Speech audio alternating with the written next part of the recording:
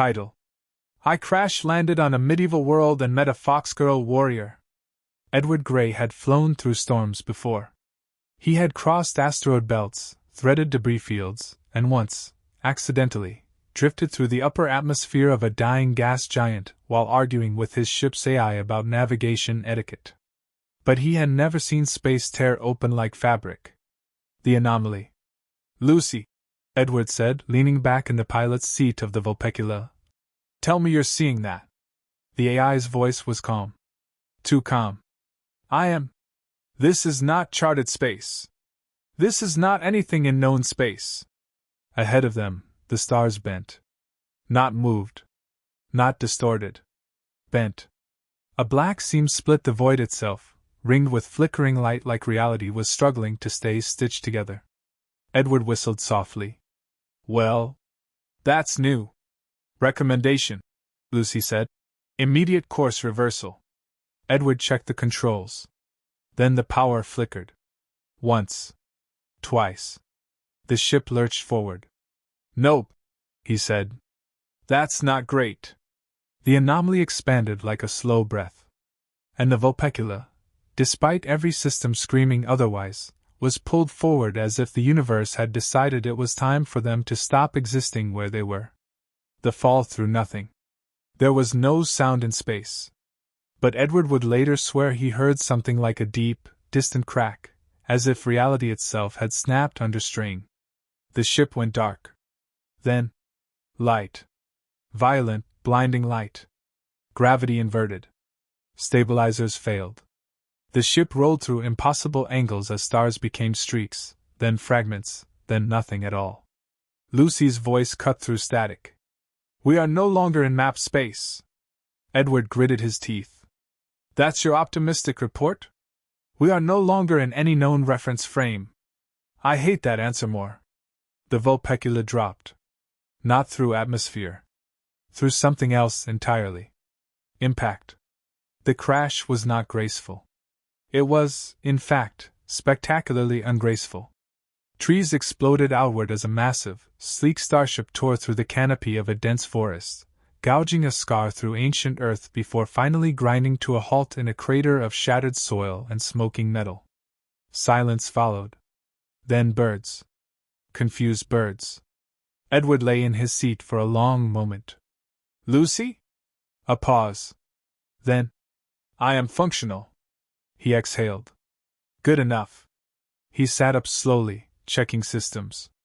Miraculously, absurdly, most systems were still intact. Life support stable.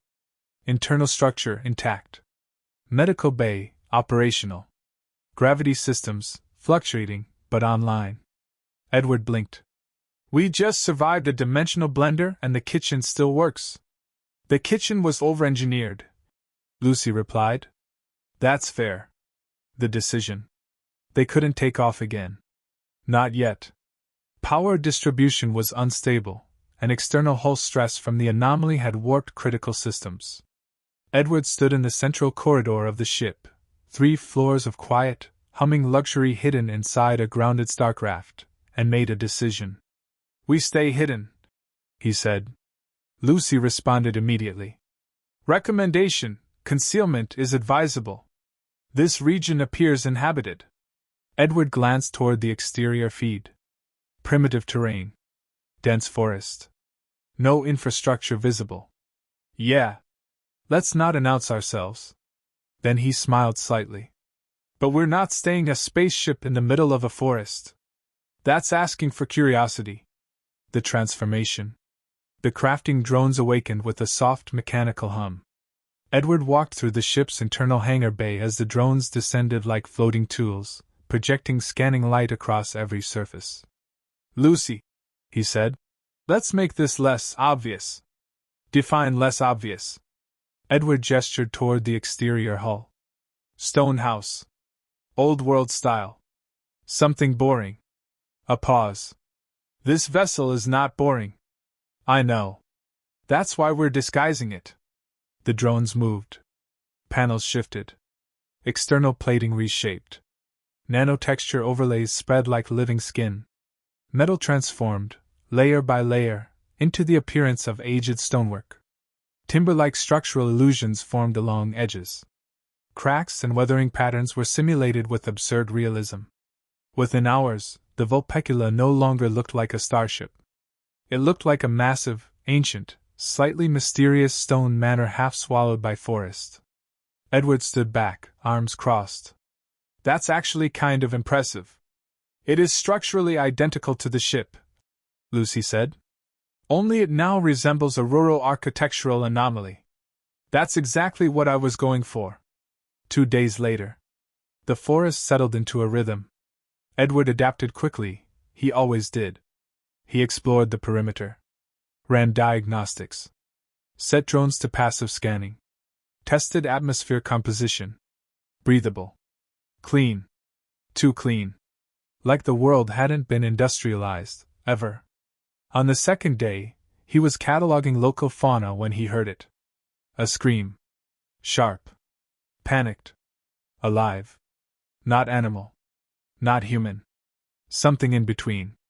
Edward froze. "Lucy? I heard it." He was already moving. Through the trees toward the sound. The forest thickened. Branches tore at his coat. Light fractured through leaves. Then he saw her. A girl. Fox ears. Snow-white fur. Tail bristled in fear. She was on the ground. Injured. And something massive, something wrong, circled her in the underbrush. Edward's hand moved before thought. "Oh," he said quietly. The drone uplink engaged. And the world around him shifted. "Lucy," he said, voice calm now. "Prep medical. And wake the printer." A pause. Then, "Acknowledged." Edward stepped forward. "Let's see what kind of planet this is." The forest didn't feel alive. It felt like it was watching. Edward moved through it with steady steps, boots silent against moss and root. The drones had already mapped a perimeter radius from the disguised ship. Nothing large should have been this close. Then Lucy spoke. "Life sign spike. Fast moving. Aggressive." Edward slowed. "Define aggressive." A pause. "It is currently breaking multiple smaller life forms. That's one way to define it." He changed direction immediately. The sound of something wrong. The scream came again. Closer now. Not just fear, pain layered over instinct. Edward pushed through a final wall of brush. And stopped. It was a boar. But not any boar that belonged in any natural ecosystem Edward had ever studied. 8 feet long. 5 feet at the shoulder. Armor like hide ridged with bone growths. 2 heads, both alive, both aware, both angry in different ways. One snorted low and predatory.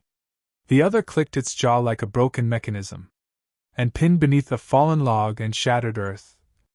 A girl. Fox ears. White fur stained with dirt and blood. Tail twitching weakly. Alive. Barely. Edward didn't think. He never really did when it mattered. He just moved. Engage. "Lucy," he said. "Yes?" "Deploy combat assist."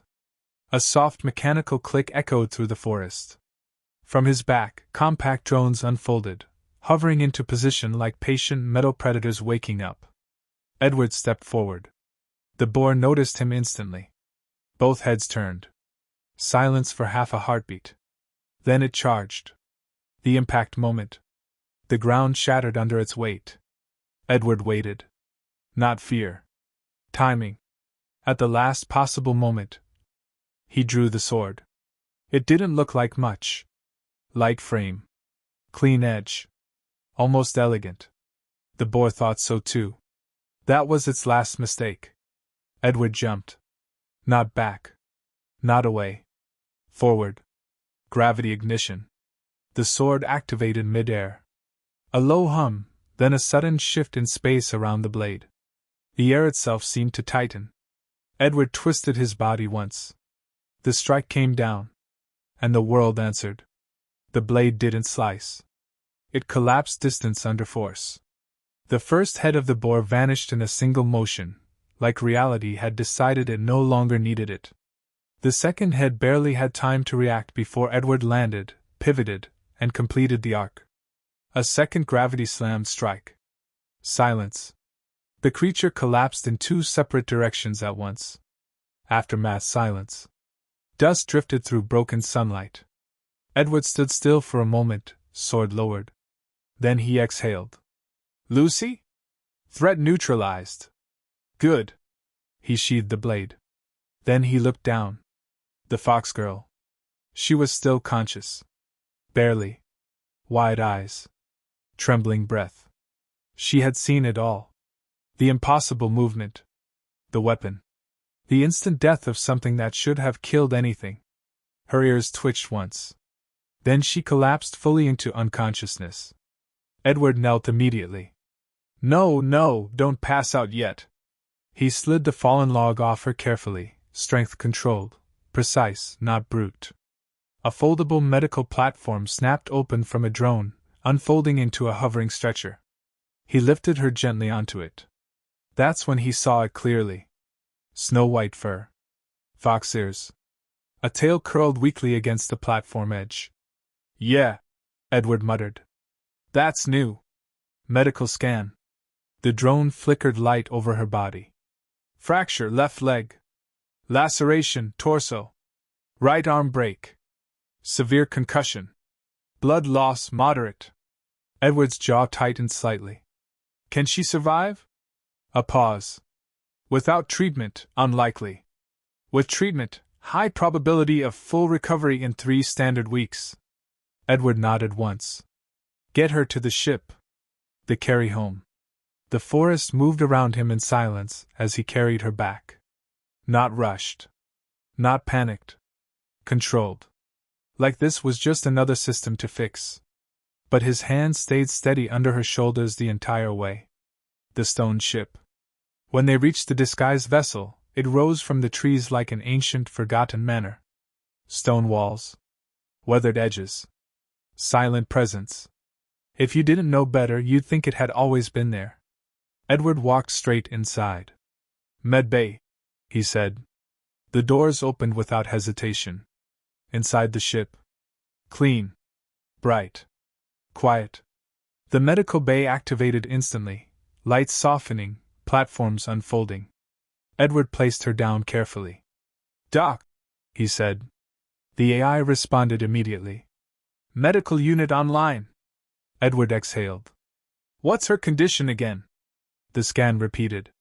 Same results. Same prognosis. Edward nodded once. Handle it. A pause. Then. Treatment initiated. Final moment of the scene.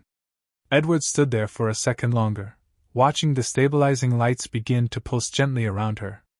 Then he looked down at her face. Snow-white fur. Faint trembling breath. Someone who should not have survived the last 5 minutes. You're lucky, he said quietly. A faint pause. Then, almost like humor returning to him. I was bored today. Yuki wakes. Warm. That was the first thing she noticed. Not fire warm. Not sun warm. Something softer. Controlled. Like the air itself had been told not to hurt her. Her eyes opened slowly. White ceiling. Smooth. Too smooth. No wood grain. No stone cracks. No soot from a hearth. Just light, clean and even. Am I dead? She muttered. A voice answered immediately. No. Yuki flinched hard and tried to sit up, then immediately regretted it. Pain flared through her arm and side. She hissed through her teeth. Okay, she said, breathing hard. If this is death, it's a very rude one. A pause. Then footsteps. First contact. Edward stepped into view. Not armored. Not threatening. Just a man. Tall. Calm. Slightly amused expression, like he was trying not to smile too much. Yuki blinked at him. You're not a spirit. I get that a lot, Edward said. She narrowed her eyes. You saved me. I did. From the boar? Yes. She stared at him for a long moment. Then, rude. Edward tilted his head. Excuse me? You killed it before I could finish it. There it was. Teasing. Even half broken on a medical bed, she still had bite. Edward's expression softened slightly. I'll keep that in mind next time you're being eaten alive. That's all I ask? Medical truth. A soft holographic interface flickered beside her. Yuki flinched again. What is that? Medical readout, Edward said. You're stable. She squinted at it. Then back at him. You talk like a healer, but you look like a hunter. I contain multitudes. I don't trust that answer. That's fair. Ship reveal begins. He gestured. Try sitting up slowly. You're in my ship. My what? Edward didn't answer immediately. Instead, the wall beside her moved. Not opened. Shifted. A panel dissolved into transparent display. Beyond it, Yuki saw the forest. But wrong. The stone structure, outside, wasn't stone at all. It was something pretending to be stone. Her ears flicked sharply. That's not a house. Edward nodded. No. What is it? My ship. Silence. Yuki stared. Your house is a ship. Yes. That is incredibly impractical. It's very practical, actually. That's what people say right before things explode. Edward smiled slightly. I've noticed that pattern too. Exploration begins. She insisted on walking. He allowed it. Bad idea for her pride. Good idea for curiosity. They moved through the ship slowly. And Yuki's brain clearly gave up trying to categorize things. Kitchen. This is a cooking shrine. It's a kitchen. Why does it hum? Efficient heating system. Why does it hum confidently? Edward paused. I've never thought about it that way. Corridor lights. They follow us. They respond to movement. That's stalking behavior. They're lights. Yuki pointed at one. It blinked at me. It's calibrated for human presence. I don't like it. That's fair. Medbay again. She stopped. You healed me in this? Yes. This room is more advanced than our entire healer guild. Edward nodded. Probably. Yuki slowly turned her head toward him. You're dangerous. Noted. The crafting bay. This is where everything shifts. The room opens into a wide industrial space. Drones hang in midair like patient metal birds. At the center, the boar carcass. Yuki froze. That's your attacker, Edward said. You brought it here? I needed material. Her tail flicked once. That sounds mildly terrifying. Edward walked past her. I turned off the terrifying settings. That's not comforting. It's not supposed to be. Armor creation begins. The drones activated. The hide lifted. Clean cuts. Precision shaping. Yuki watched as something monstrous became structured. Edward worked without hesitation. You're quiet, she said. I'm concentrating. You were quiet when you killed it too. I was also concentrating then. Do you ever not concentrate? Edward glanced at her. Yes. When? When I'm annoyed. She smiled slightly. I'd like to see that. The gift. When it was done. Armor.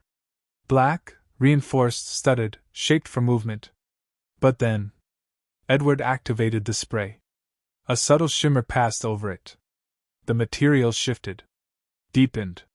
Then stabilized into a polished chrome black sheen. Yuki stepped closer. That's mine?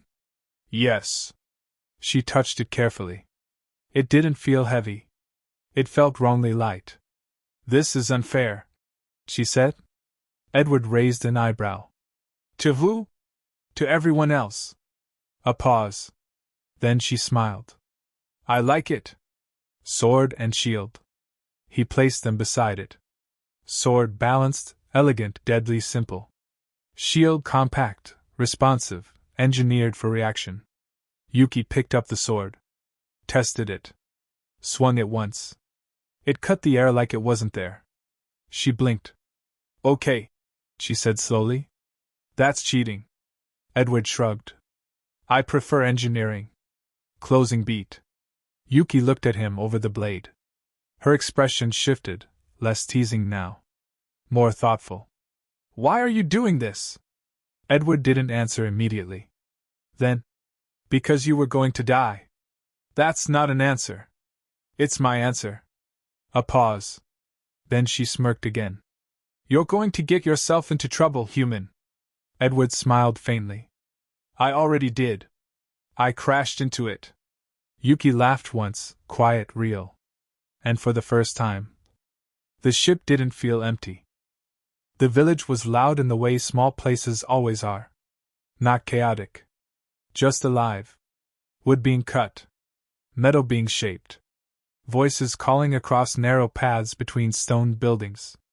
Edward walked beside Yuki through it all. He kept his posture casual. Too casual. His hands stayed behind his back. Like he was trying to look like someone who had never moved anything heavier than a chair. Yuki, of course, noticed immediately. You're doing that thing again, she said. Edward didn't look at her. What thing? Though I am absolutely not dangerous thing. I am not dangerous. Yuki tilted her head. Tail flicking. That sounded rehearsed. It wasn't. It was. The incident begins. Above them, on a half-finished construction platform near the edge of the village, a massive stone block shifted. Too much weight. Poor support. Weak scaffolding. Edward saw it immediately. So did Lucy. Structural failure detected. Edward already knew. The block was falling toward the lower walkway. Toward a small lupin child playing below. Time slowed. Not literally. Just in the way it does when your brain finishes calculations faster than your body is allowed to move. Edward moves. He dropped his disguise instantly. No hesitation. No thought. Just motion. Yuki! She turned. And saw him already gone. Impact zone? The stone block hit air mid-fall. Not ground. Air. Because Edward was there. His arms caught it. 200 pounds of stone. Dead weight. Stopped mid-descent. The world went silent for a half-second. Edward's boots cracked into the ground from the force. Dust exploded outward. The child below froze. Yuki froze. The workers nearby froze. Even the wind seemed to hesitate. Hold. Edward grunted slightly. That's heavier than I expected. He adjusted his stance. Tightened grip. Then slowly, controlled, he guided the block sideways and set it down with a deep, controlled thud that shook the ground but caused no damage. Silence. Then, everyone okay? The aftermath reaction. The child looked up at him. Wide-eyed. Alive. Yuki stared at Edward like she was trying to solve a puzzle that just broke the rules of reality. You said you weren't dangerous. Edward brushed dust off his sleeve. I'm not. Yuki pointed behind him. You just caught a falling building block. Yes. With your hands? Yes. That's not a normal sentence, Edward. He paused. I'll work on phrasing. Shift in tone. A village worker whispered nearby. Who is that man? Another answered. I think he's pretending to be weak. Yuki slowly turned toward Edward. Her expression had changed. Not fear. Not surprise. Something sharper. You're hiding a lot more than you're telling me. Edward sighed slightly. Yes. Yuki stepped closer. Good. Good? She smiled. If you were boring, I'd be disappointed. From a distance, an older voice called out. Hey! A vulpine man with snow-white hair and fur with a bushy tail and fox ears and pushing through the crowd. Older. Strong build. Missing arm sleeve pinned neatly. Yuki stiffened. Edward noticed immediately. That your father? Yuki didn't answer. But her tail stopped moving. And Edward understood. This wasn't just a village now. This was family territory. The crowd didn't fully part. It hesitated.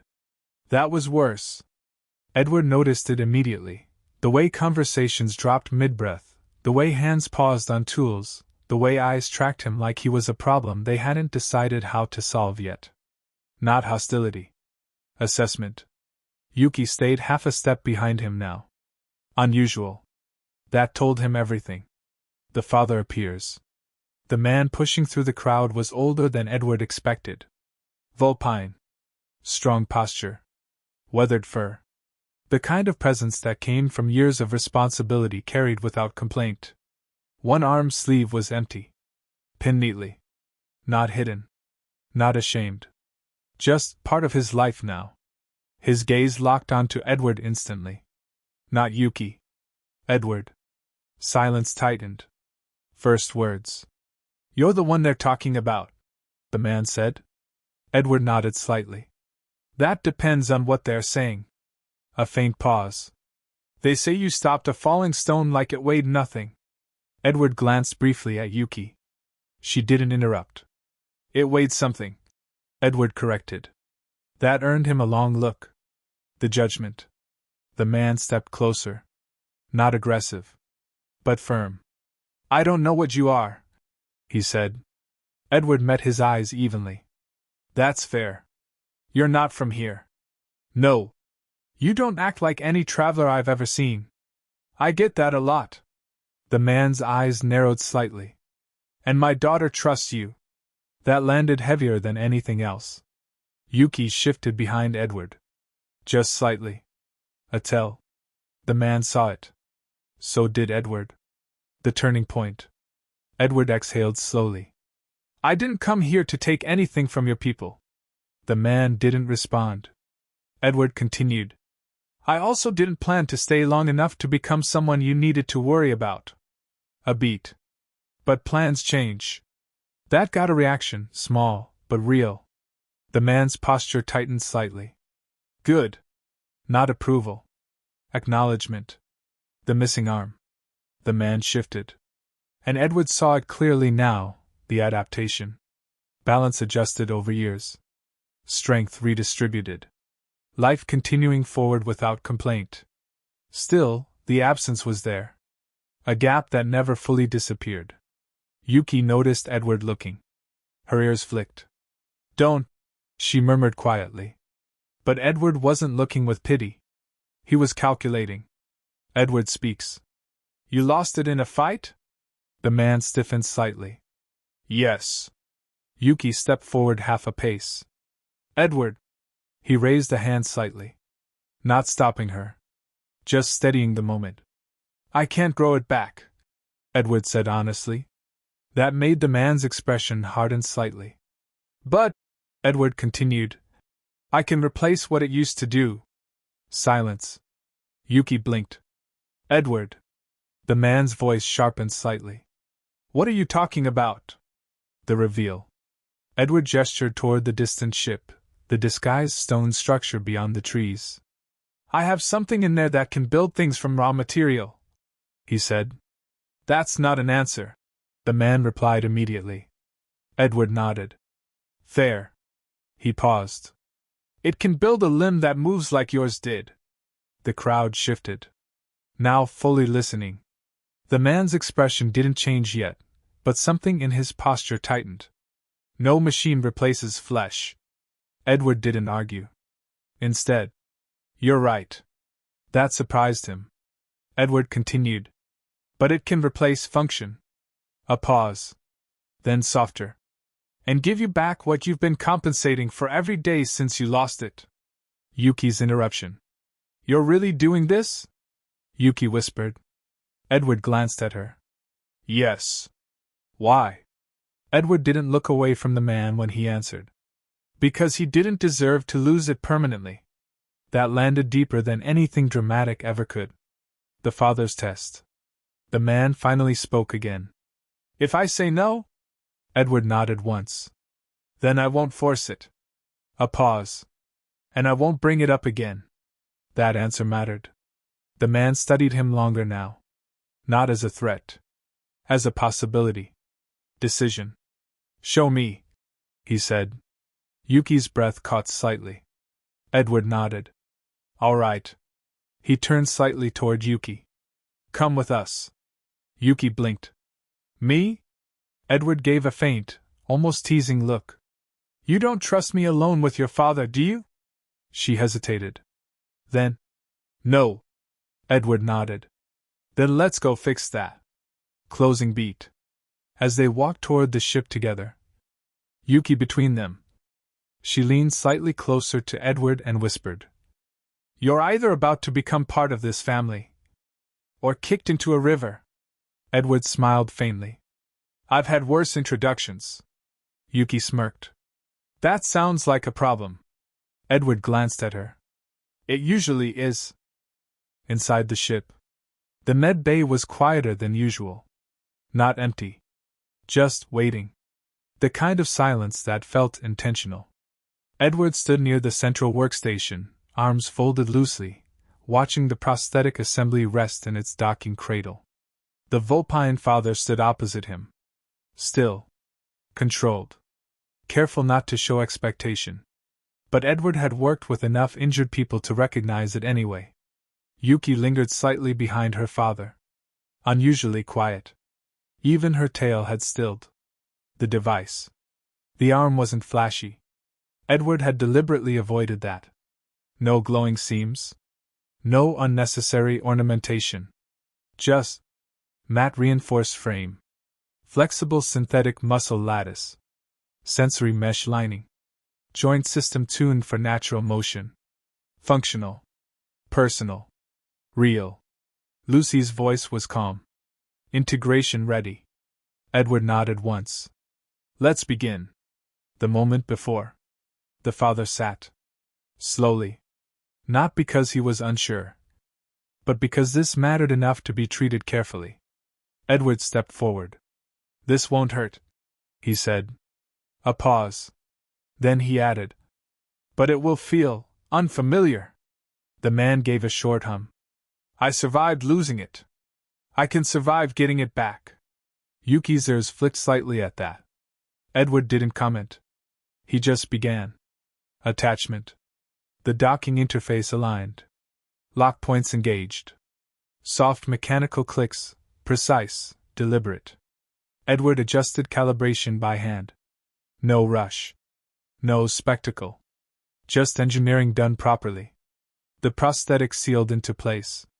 A final tone sounded. Limb synchronization active. The man exhaled slowly through his nose. Now what? Edward stepped back half a pace. Now you move it. Silence. First command. The man stared at the new arm. Not at Edward. At himself. Then. He tried. A finger twitched. Small. Uncertain.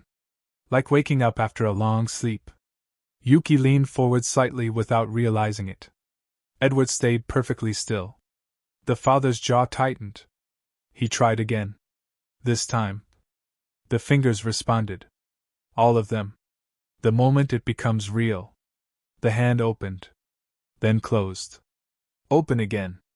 Testing. Learning. The man's breathing changed. Not dramatic.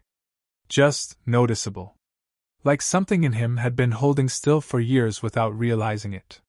He slowly lifted the arm. Rotated the wrist. Flexed.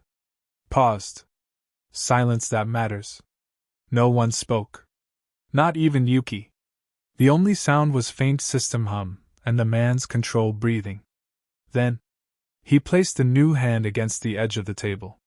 Pressed down. The structure held. Strong. Stable. Real. His shoulders shifted slightly. Something in his posture changed, subtle, but unmistakable. Not pride. Not shock. Recognition. The first words. It responds, he said quietly. Edward nodded.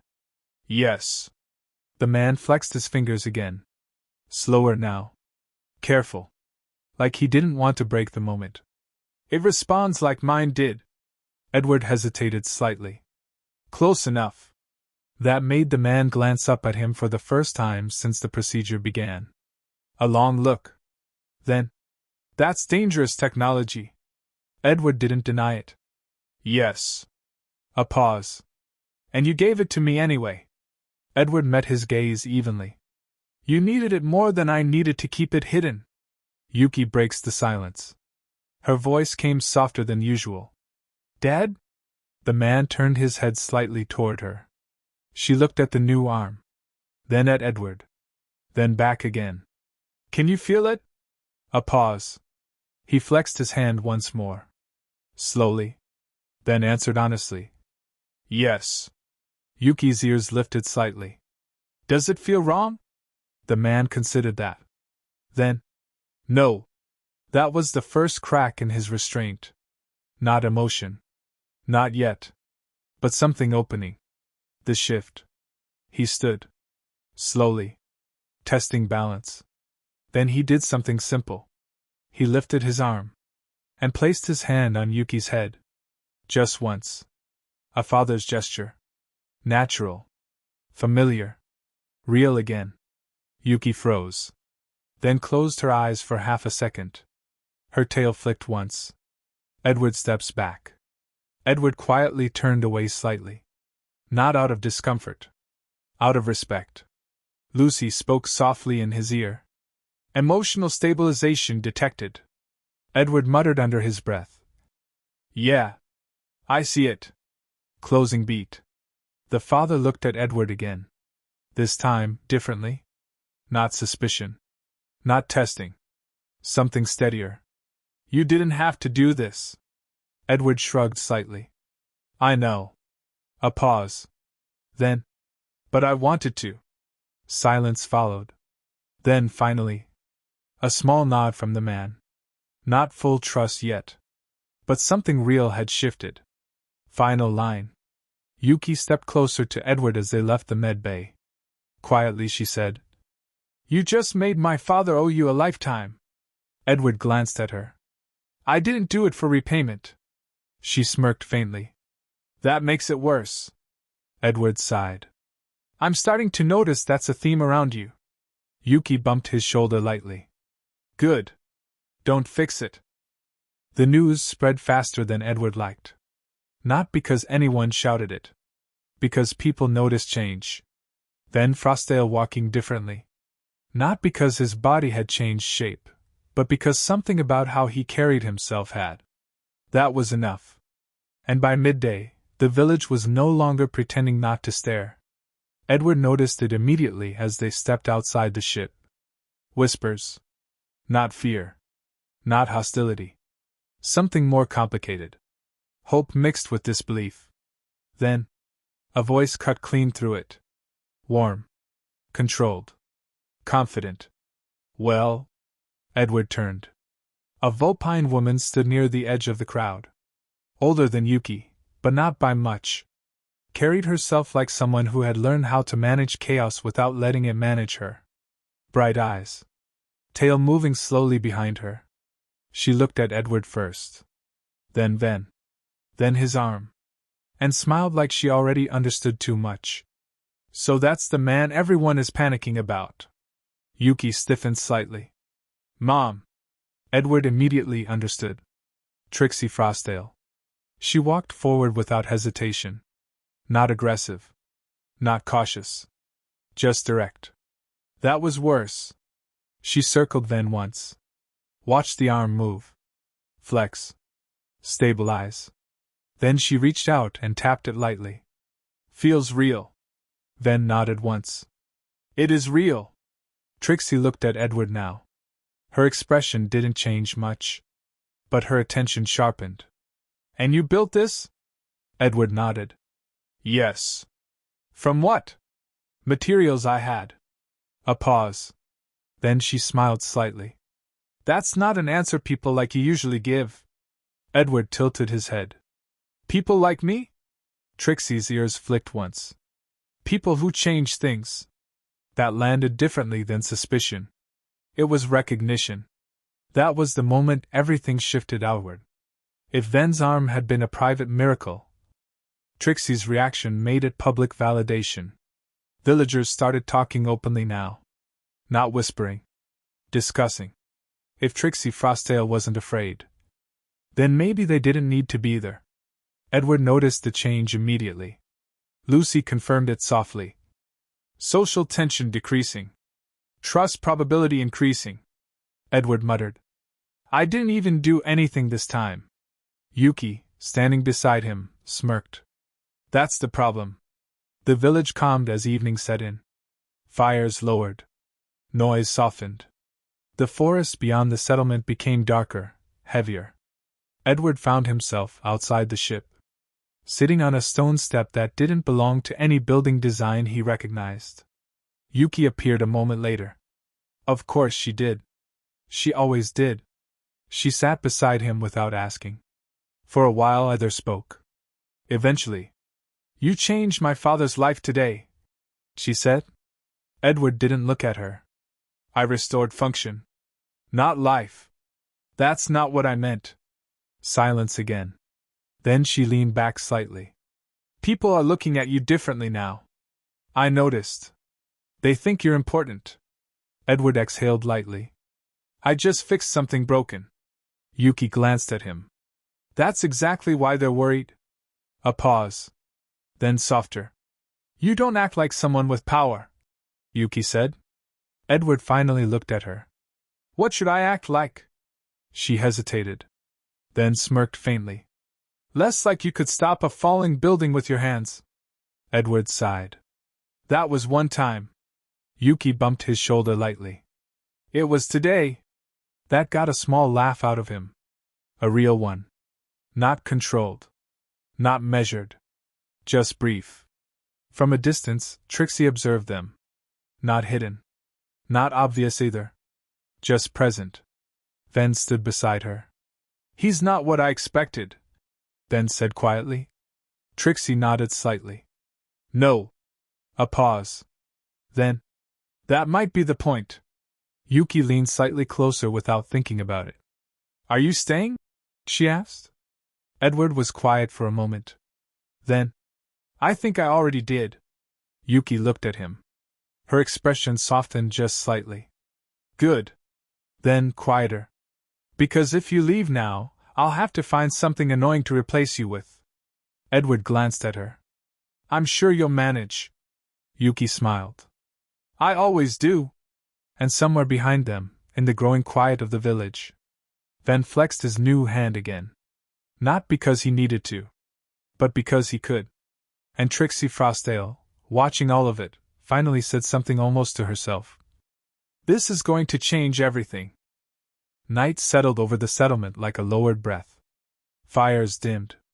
Voices faded. Even the forest beyond the walls seemed less tense, as if the world itself was giving the village a moment to exist without interruption. Edward stood just outside the ship. The disguised stone structure loomed behind him, quiet and watchful. He wasn't working. That was unusual. Lucy noticed. No current tasks assigned. I know, Edward replied softly. A pause. Rest is not a scheduled behavior for you. I'm aware. But he didn't move. Yuki arrives. She didn't announce herself. She never did. One moment she wasn't there. The next, she was leaning against the stone wall beside him. Tail swaying slowly. You always stand like that at night? She asked. Edward didn't look at her immediately. Like what? Like you're waiting for something to explode. He thought about that. Then. Old habit. Yuki hummed softly. Bad habit. Probably. She smiled faintly. Good. I like fixing bad habits. Edward finally glanced at her. You're assuming I'll let you. I don't assume, she said. I decide. That earned a quiet exhale that might have been a laugh. Distance that isn't distance. They stood in silence for a while. Not uncomfortable. Just present. Yuki broke it first. My mother likes you. Edward blinked slightly. That feels dangerous. Yuki smirked. It is. A pause. She said you look like someone who changes things. Edward frowned slightly. I fix things. Yuki tilted her head. Same thing, depending on who you ask. The question beneath the question. Yuki shifted slightly closer. Not touching. Just nearer. Why did you really help us? Edward didn't answer immediately. That mattered. When he finally spoke, it wasn't polished. It wasn't strategic. Yuki waited. He continued. I didn't calculate it. Another pause. I just saw someone dying and decided I didn't want that to happen. Yuki studied him quietly. That's a dangerous kind of person, she said. Edward glanced at her. Why? Because people like that don't stop when it's inconvenient. He didn't deny it. Soft shift. Yuki leaned back against the wall more fully now. Her tail flicked once. You're different at night, she said. Edward raised an eyebrow. How so? You get quieter. I'm always quiet. Yuki gave him a look. That's not what I mean. A pause. Then softer. You feel less like a weapon. Edward looked at her for a moment. And more like what? Yuki hesitated. Then, very quietly. A person. That landed. Not heavily. Just accurately. Edward's response. He looked away briefly. I prefer that. Yuki smiled slightly. I thought you might. A pause. Then she bumped his arm lightly with her shoulder. Don't let it get to your head, though. Edward sighed. I'll try. You won't succeed. I'm noticing a pattern here. Yuki grinned. That's because you keep meeting me. Closing quiet moment. The wind moved through the trees. Somewhere in the village, a fire popped softly. Edward stood a little less rigid than before. Yuki noticed. Of course she did. After a while, she said, You're staying here for a while, aren't you? Edward didn't answer immediately. Then, I think so. Yuki nodded once. Good. A pause. Then she added casually. Because I was starting to get used to you. Edward glanced at her. And that's bad? Yuki smiled faintly. It usually is. But she didn't move away. Morning didn't feel like a reset. It felt like continuation. The village woke slower than usual, not from fear, but from uncertainty that hadn't fully resolved itself overnight. People remembered. The falling stone. The stranger who stopped it. The man who didn't move like a man should be able to move. And now they were trying to decide what that meant. Edward observes. Edward stood near the edge of the settlement again. Same position as yesterday. Different atmosphere. Lucy spoke quietly. Social sentiment stabilized. Elevated curiosity persists. Translation? Edward asked. They are watching you less like a threat. More like an unknown variable. That might be worse. Statistically, it is less lethal. Comforting. Then Frosdale arrives. Footsteps behind him, steady, deliberate. Edward didn't turn immediately. He already knew who it was. Then stood beside him. Not in front. Not behind. Equal footing. That mattered. You don't sleep much, Then said. I do, Edward replied. Just not when I'm adjusting to a new environment. Then gave a short hum. Most outsiders try to leave quickly. I'm not most outsiders. A pause. No, then agreed. You're not. The weight of attention. Across the village, workers were already resuming tasks, but subtly slower than normal. Eyes still drifted toward Edward. Not openly. Not hostile. Just aware. Then noticed it too. So, he said, you've become their problem now. Edward glanced at him. I didn't ask for that. Doesn't matter, then replied. That's how villages work. A pause. Then softer. Anything that changes survival becomes everyone's concern. Edward nodded once. That's fair. Trixie joins the conversation. You're both too serious for morning. Trixie Frosdale stepped into view like she had been part of the conversation already, and only now decided to make it official. Her tone was casual. Her eyes were not. She studied Edward briefly. Then the direction of the village. They're deciding how to feel about you, she said. Edward nodded. I noticed. Trixie smiled faintly. That's progress. Yesterday they weren't deciding, they were freezing. Social shift begins. As they spoke, something subtle changed in the village. Not dramatic. Not instant. But visible if you were paying attention. A child no longer ducked behind a wall when Edward looked their way. A worker didn't stop entirely when he passed, just slowed. A conversation resumed sooner after he entered the area. Trixie saw it. So did Ven. Edward did too. They're adjusting, Edward said quietly. Trixie nodded. They're deciding whether you're part of the danger or part of the solution, Ven added. Those are the only two categories that matter here. Edward exhaled slightly. I'm not fond of either label. Trixie chuckled softly. No one important ever is. Ven's quiet acceptance. Ven flexed his new hand once. Subtle. Testing. Not because it was needed, but because it existed. It still feels strange, he admitted. Edward nodded. It will for a while. Ven looked at him. You speak like someone who has done this before. Edward paused slightly. Not like this, he said. That honesty mattered. Ven accepted it. That mattered more. The political shift, without politics. Trixie stepped forward slightly, addressing both of them but also the village around them. Not loudly, but clearly enough to carry. If the village is going to talk, she said, then it should at least talk correctly. A few nearby villagers slowed. Listening now. Trixie continued. He did not come here as a conqueror. She gestured lightly toward Edward. He did not come here as a traitor. A pause. He came here by accident. Edward blinked slightly at that framing. Ven glanced at her. That simplifies things. Trixie shrugged. It stabilizes them. That was the key. Not truth alone.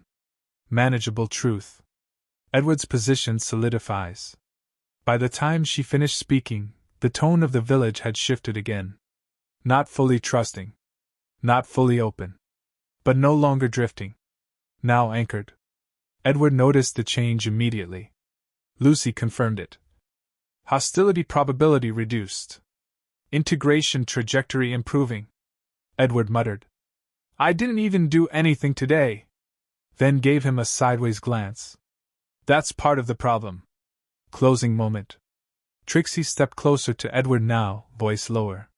Just so you understand, she said, they're not afraid of what you did. Edward looked at her. What then?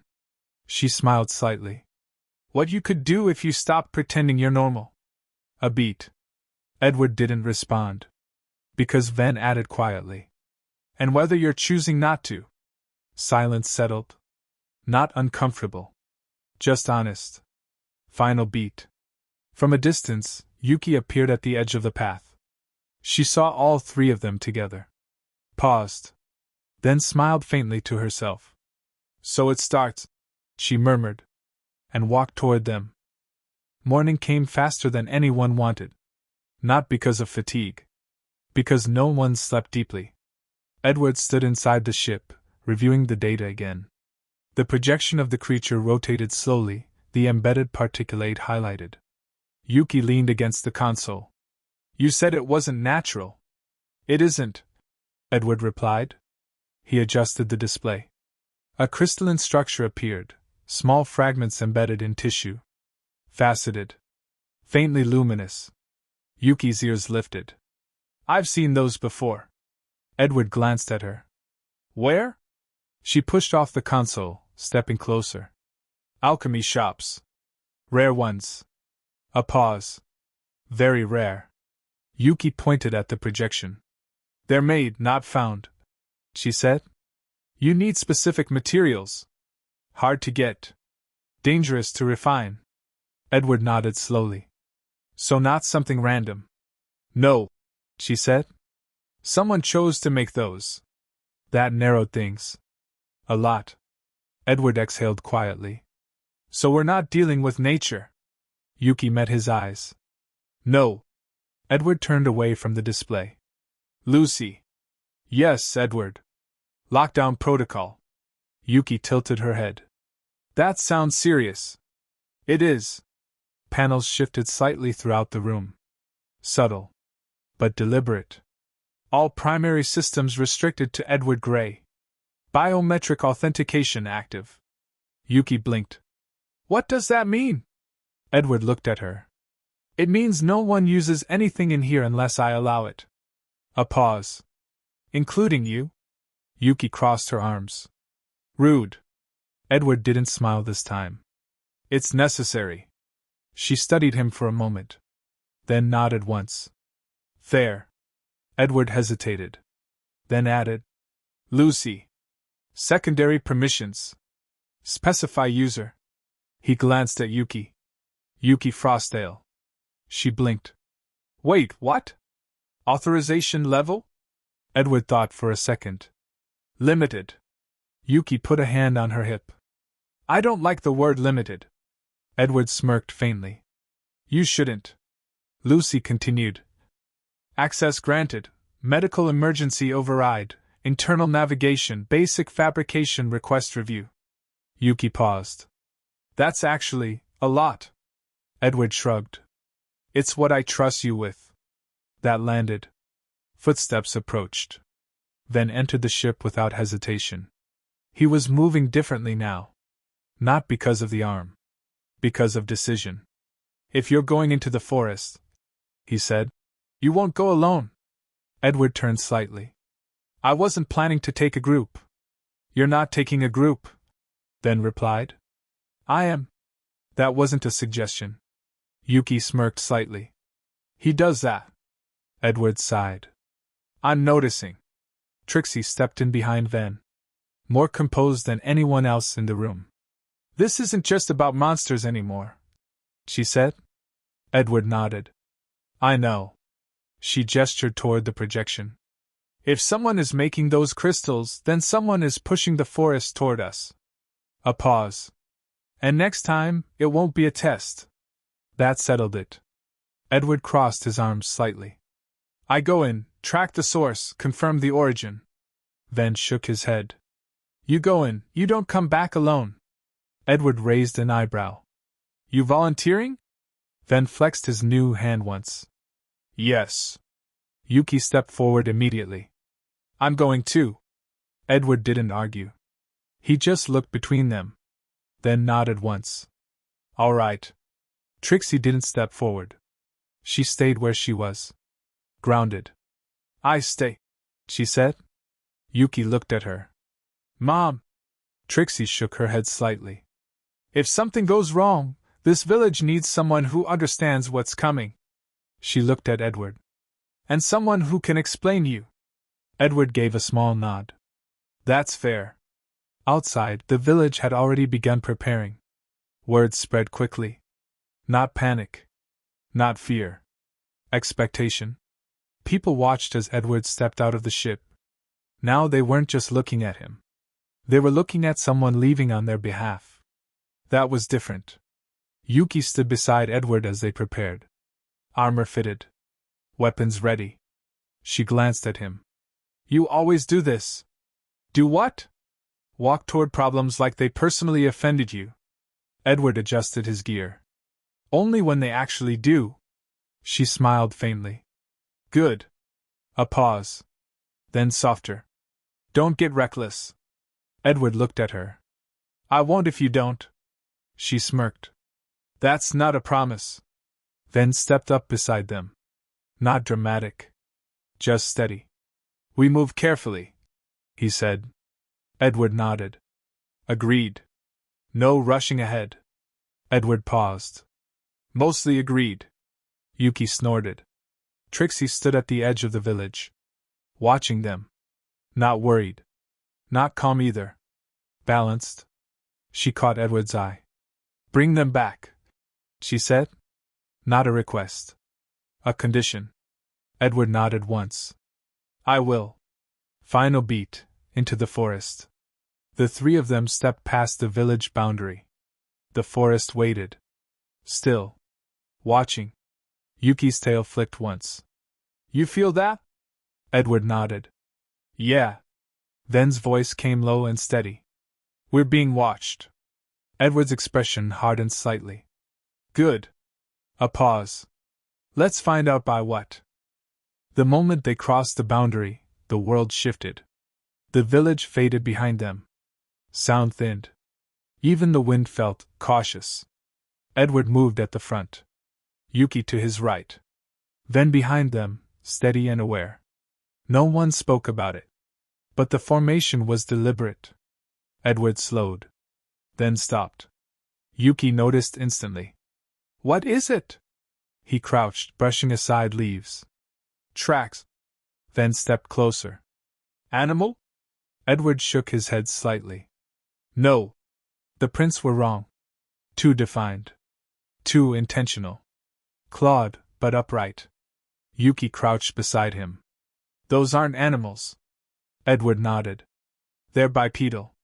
Then frowned. People? Edward didn't answer immediately. Something like that.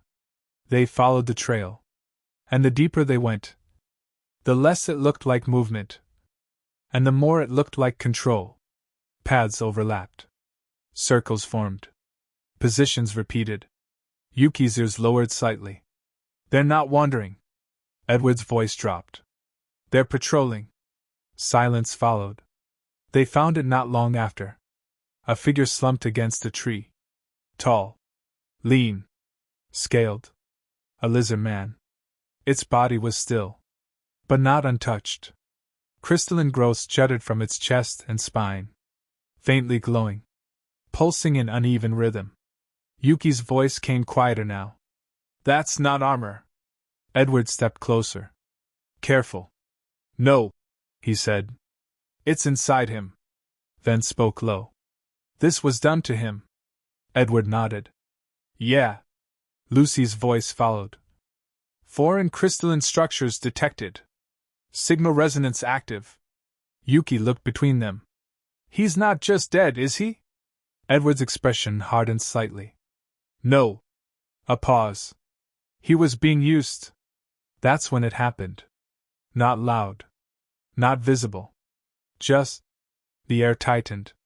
Yuki's head snapped to the left. We're not alone. Then shifted his stance. We never were. Edward stood slowly. Positions.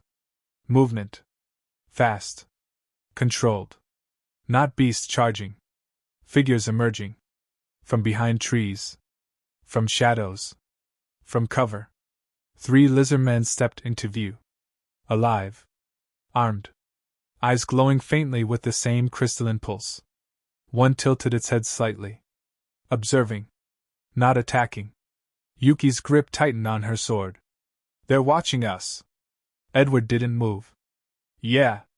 Ven's voice was low. That's not a hunting look. No. It wasn't. It was assessment. The first attack didn't come wild. It came precise. One lizard man lunged. Blade aimed directly at Edward's centerline. Yuki intercepted instantly. Steel met steel.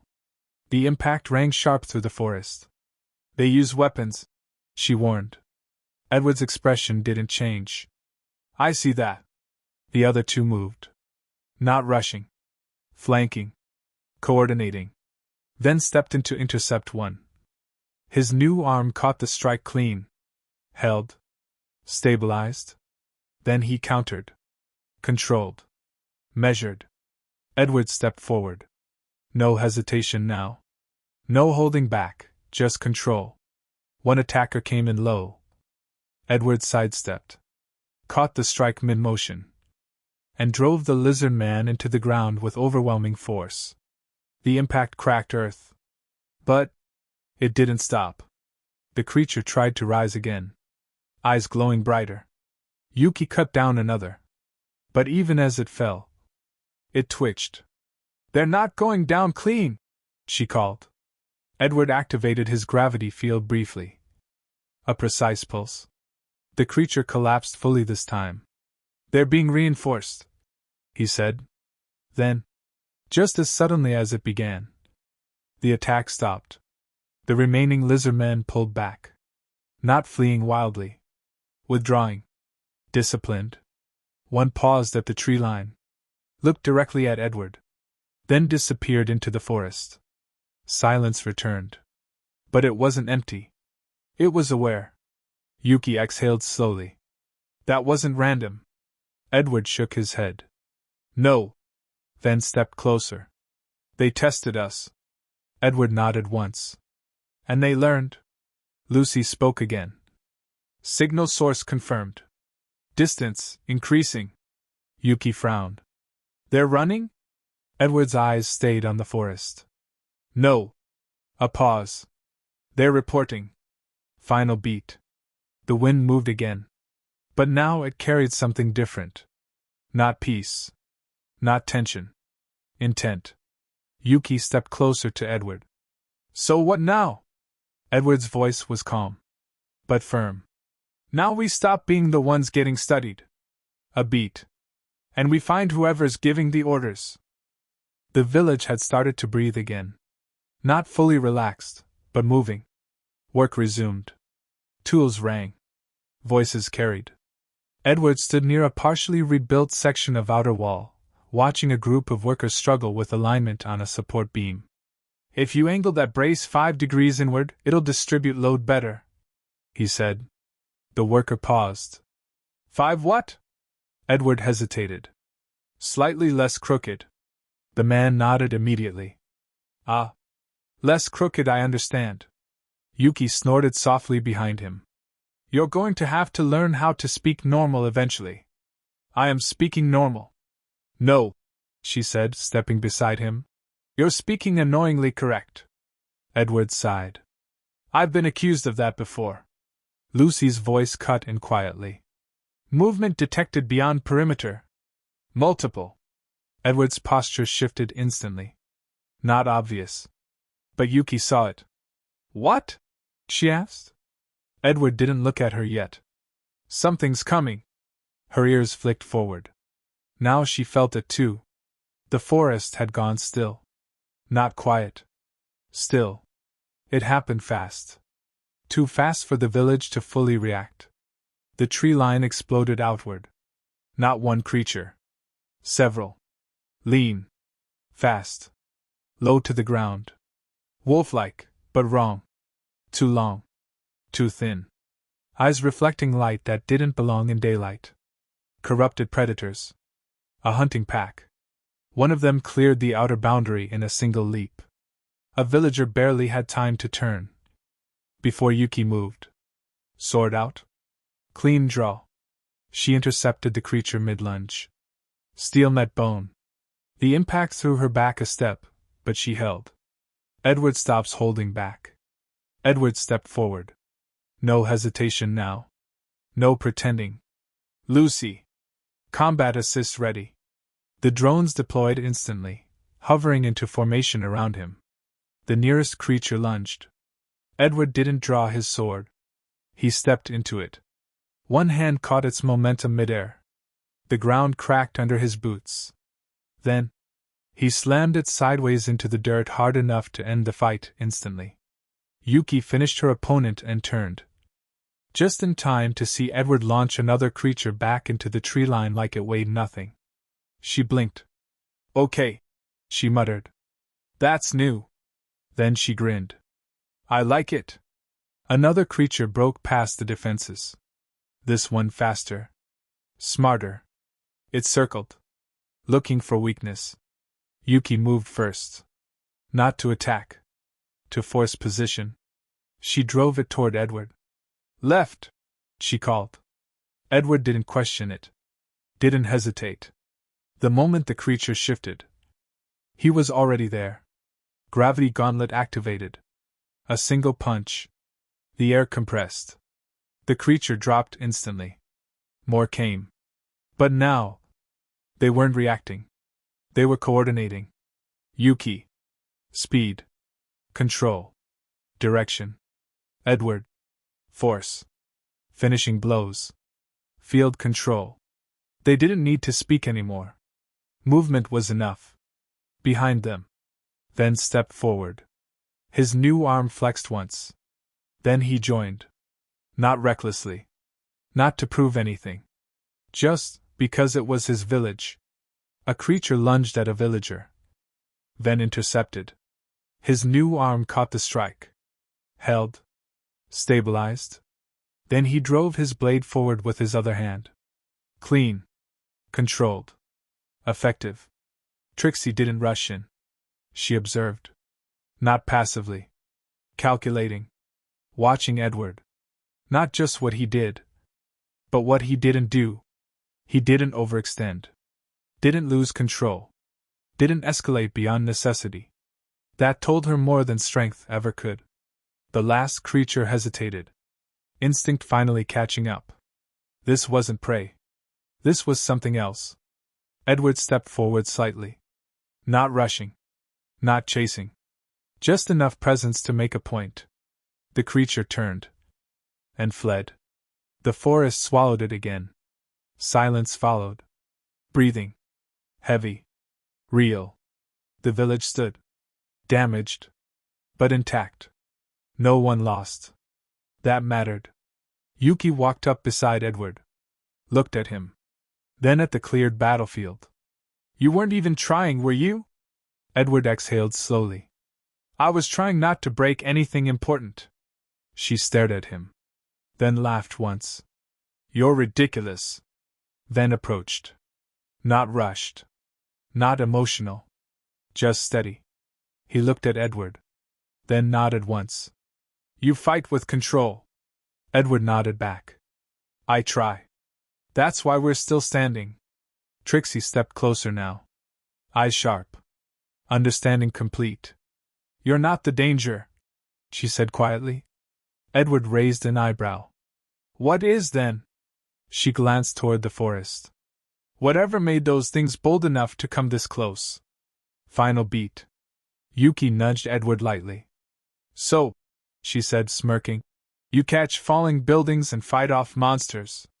Edward sighed. I'm having a busy week. Yuki grinned. Good. A pause. Then softer. Because I fight better when you're there.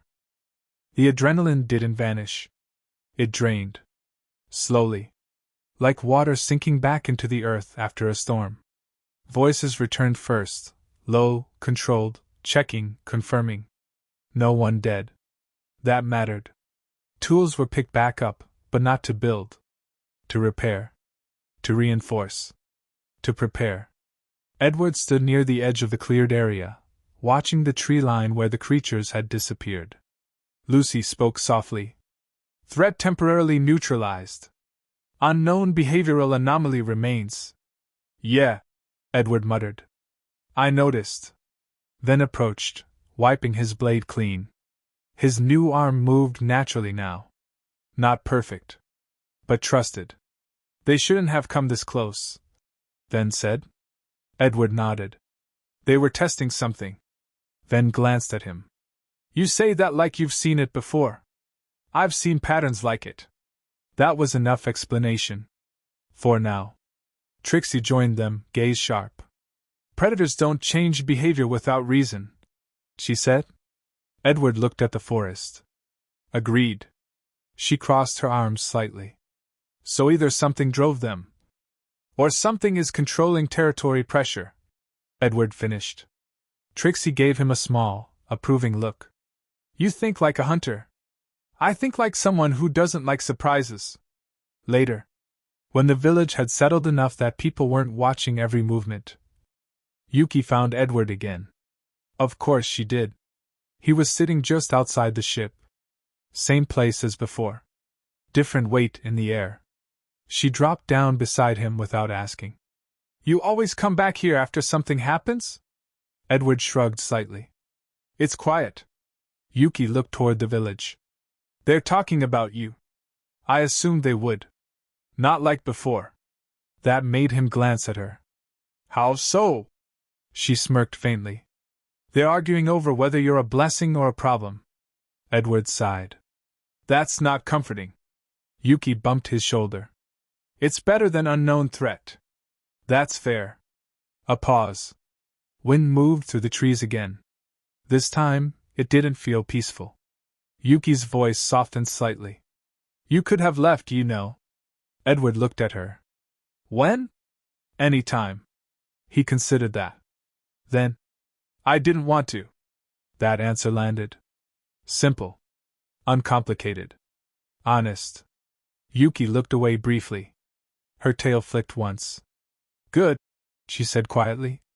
They sat a little closer now. Not intentionally. Not acknowledged.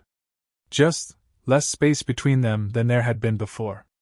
Yuki glanced at him again. You trust me in a fight? Edward nodded. Yes.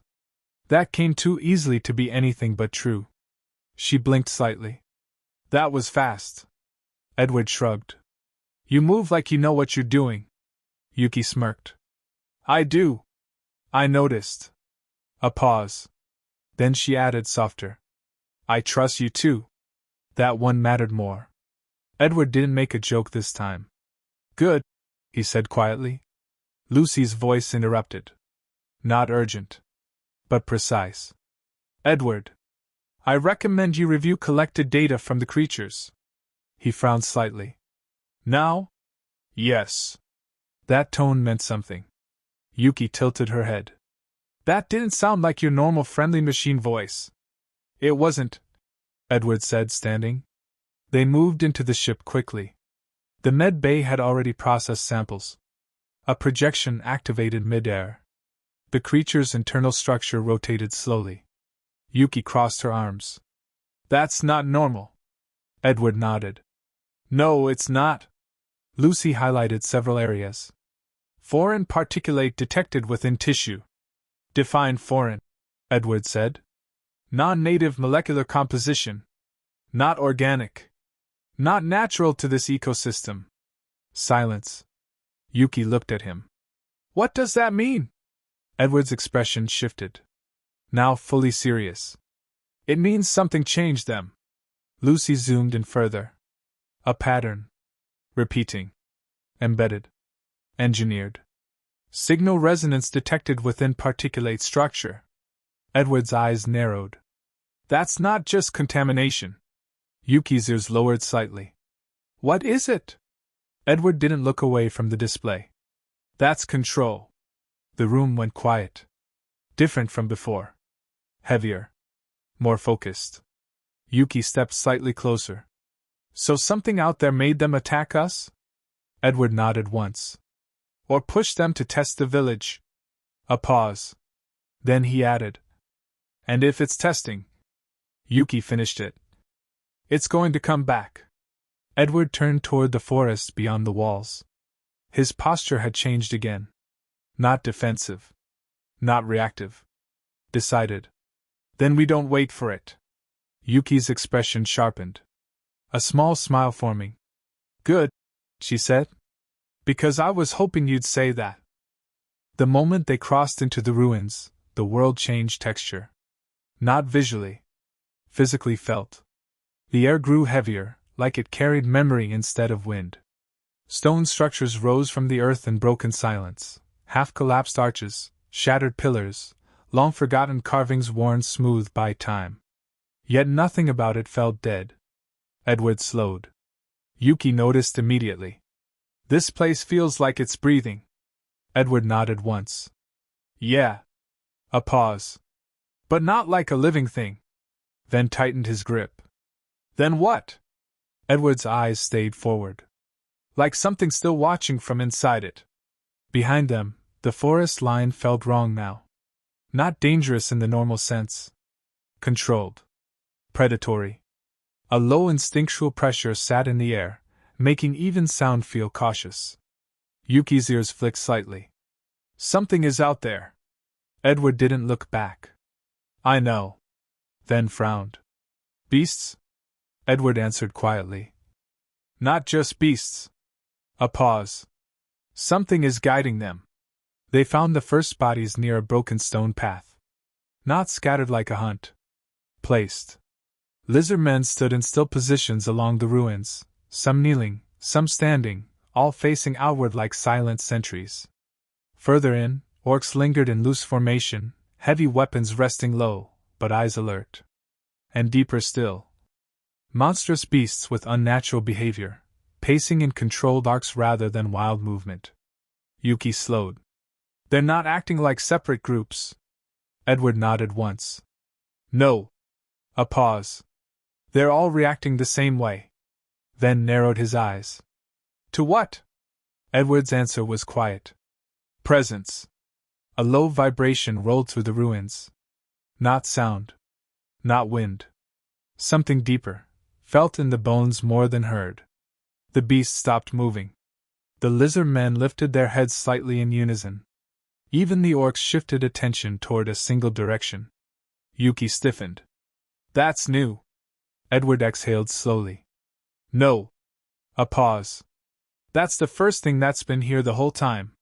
The ruins ahead darkened slightly, not from light, but from presence blocking perception. Something massive was there. Still. Waiting. Not hidden. Not approaching. Simply existing in dominance. Edward stopped completely. Yuki looked at him. Edward? His voice dropped slightly. Don't move forward yet. Then stepped closer. Why? Edward's eyes stayed locked ahead. Because everything just stopped pretending. The beast in the distance shifted again. Not randomly. Reverently.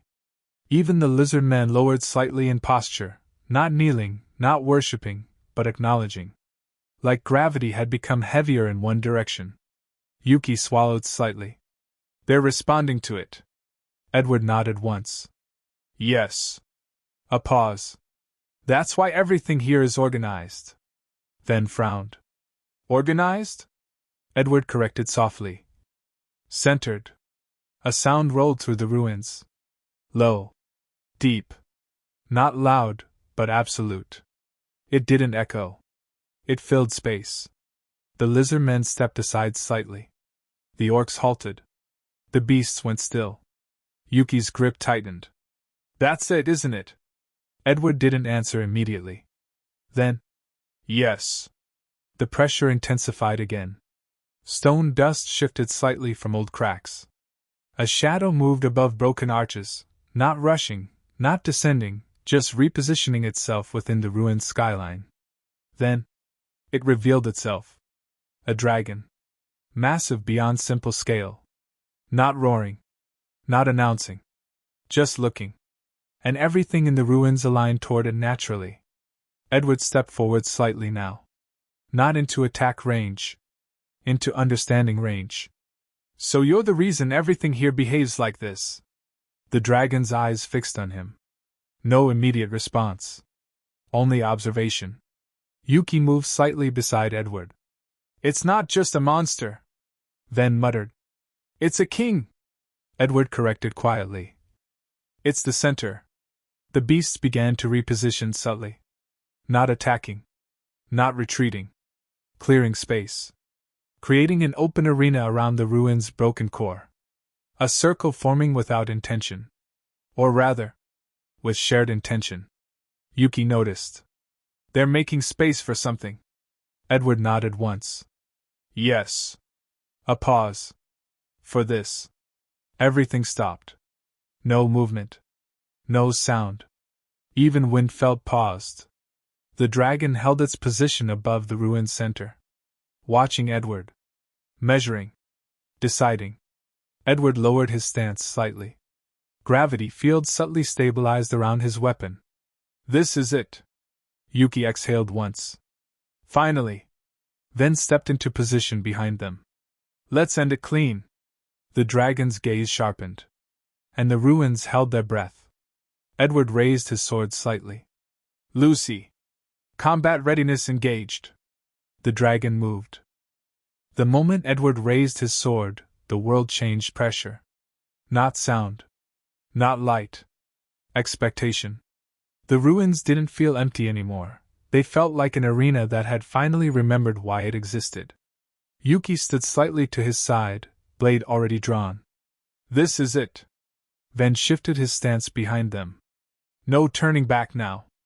Edward didn't answer. His eyes were locked on the dragon. Lucy. Combat readiness. Confirmed. The dragon moved first. It didn't roar. It descended. Fast. Not chaotic, precise. A claw the size of a carriage tore through the air toward Edward. He met it mid-motion. Sword raised. Gravity field ignited. The impact wasn't a clash, it was a collapse of force into force. The ground beneath them fractured outward in a wide ring.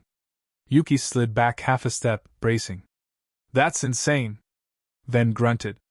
"That's not strength. That's compression." The dragon recoiled slightly, not injured, but recalibrating. Its eyes narrowed. It understood now. The dragon struck again, faster. Tail sweep. Claw reversal. Pressure bursts that bent air itself. Edward didn't retreat. He shifted. Every movement precise. Every strike deliberate. Each swing of his gravity sword landed like a controlled catastrophe. Terrain collapsed under impact. Forced repositioning of the dragon's footing. Disruption of its momentum. Yuki engaged the flankers immediately, lizard men rushing in coordination. Her blade moved clean, efficient. Then blocked an orc charge, his enhanced arm absorbing the impact and redirecting it violently back. The battlefield stabilized around Edward, but only barely. The dragon adapted. It stopped trying to overpower Edward head-on. It waited. Then struck during transition. A claw slipped past his guard. Fast. Clean. It hit his chest. Armor tore open. Blood hit stone. Yuki's eyes widened. "Edward!" Ven shifted instantly. Edward raised a hand without turning. "Hold the field." He exhaled once. Didn't stop moving. Didn't slow. Just adjusted. His eyes sharpened further. Now it was serious. Edward stepped forward into the dragon instead of away from it. The gravity field stabilized harder around his blade. No longer reactive. Controlled. Focused. First strike. A downward arc that forced the dragon's forelimb into the ground. Second strike. A lateral impact that disrupted its head movement mid-breath. Third strike. A direct drive into joint structure, forcing imbalance. The dragon roared now. Not pain. Annoyance turning into aggression. The battlefield shook. Yuki and Ven held the outer pressure line, preventing swarm interference from the corrupted beasts and humanoids. They weren't supporting Edward. They were holding the world still enough for him to fight. The dragon lifted fully now. Anger replaced calculation. It stopped adjusting.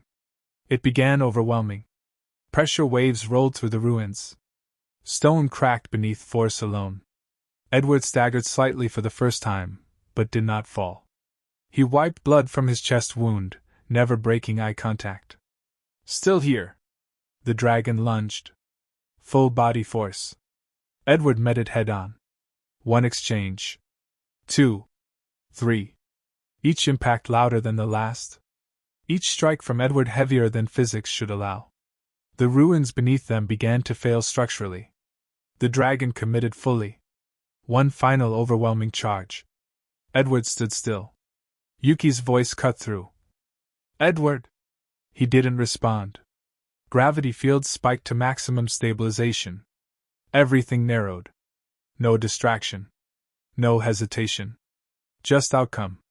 Edward stepped forward into the strike instead of away from it. Sword raised. One motion. Not wide. Not dramatic. Final. The gravity-enhanced blade came down. The impact didn't just hit the dragon. It pressed reality downward through it. Stone collapsed beneath the force. The dragon was driven into the broken foundation of the ruins, no longer standing, no longer dominant. The battlefield stopped. Not gradually. Instantly. The corrupted beasts froze. The lizard men stopped moving. The orcs hesitated, then slowly lost coordination entirely.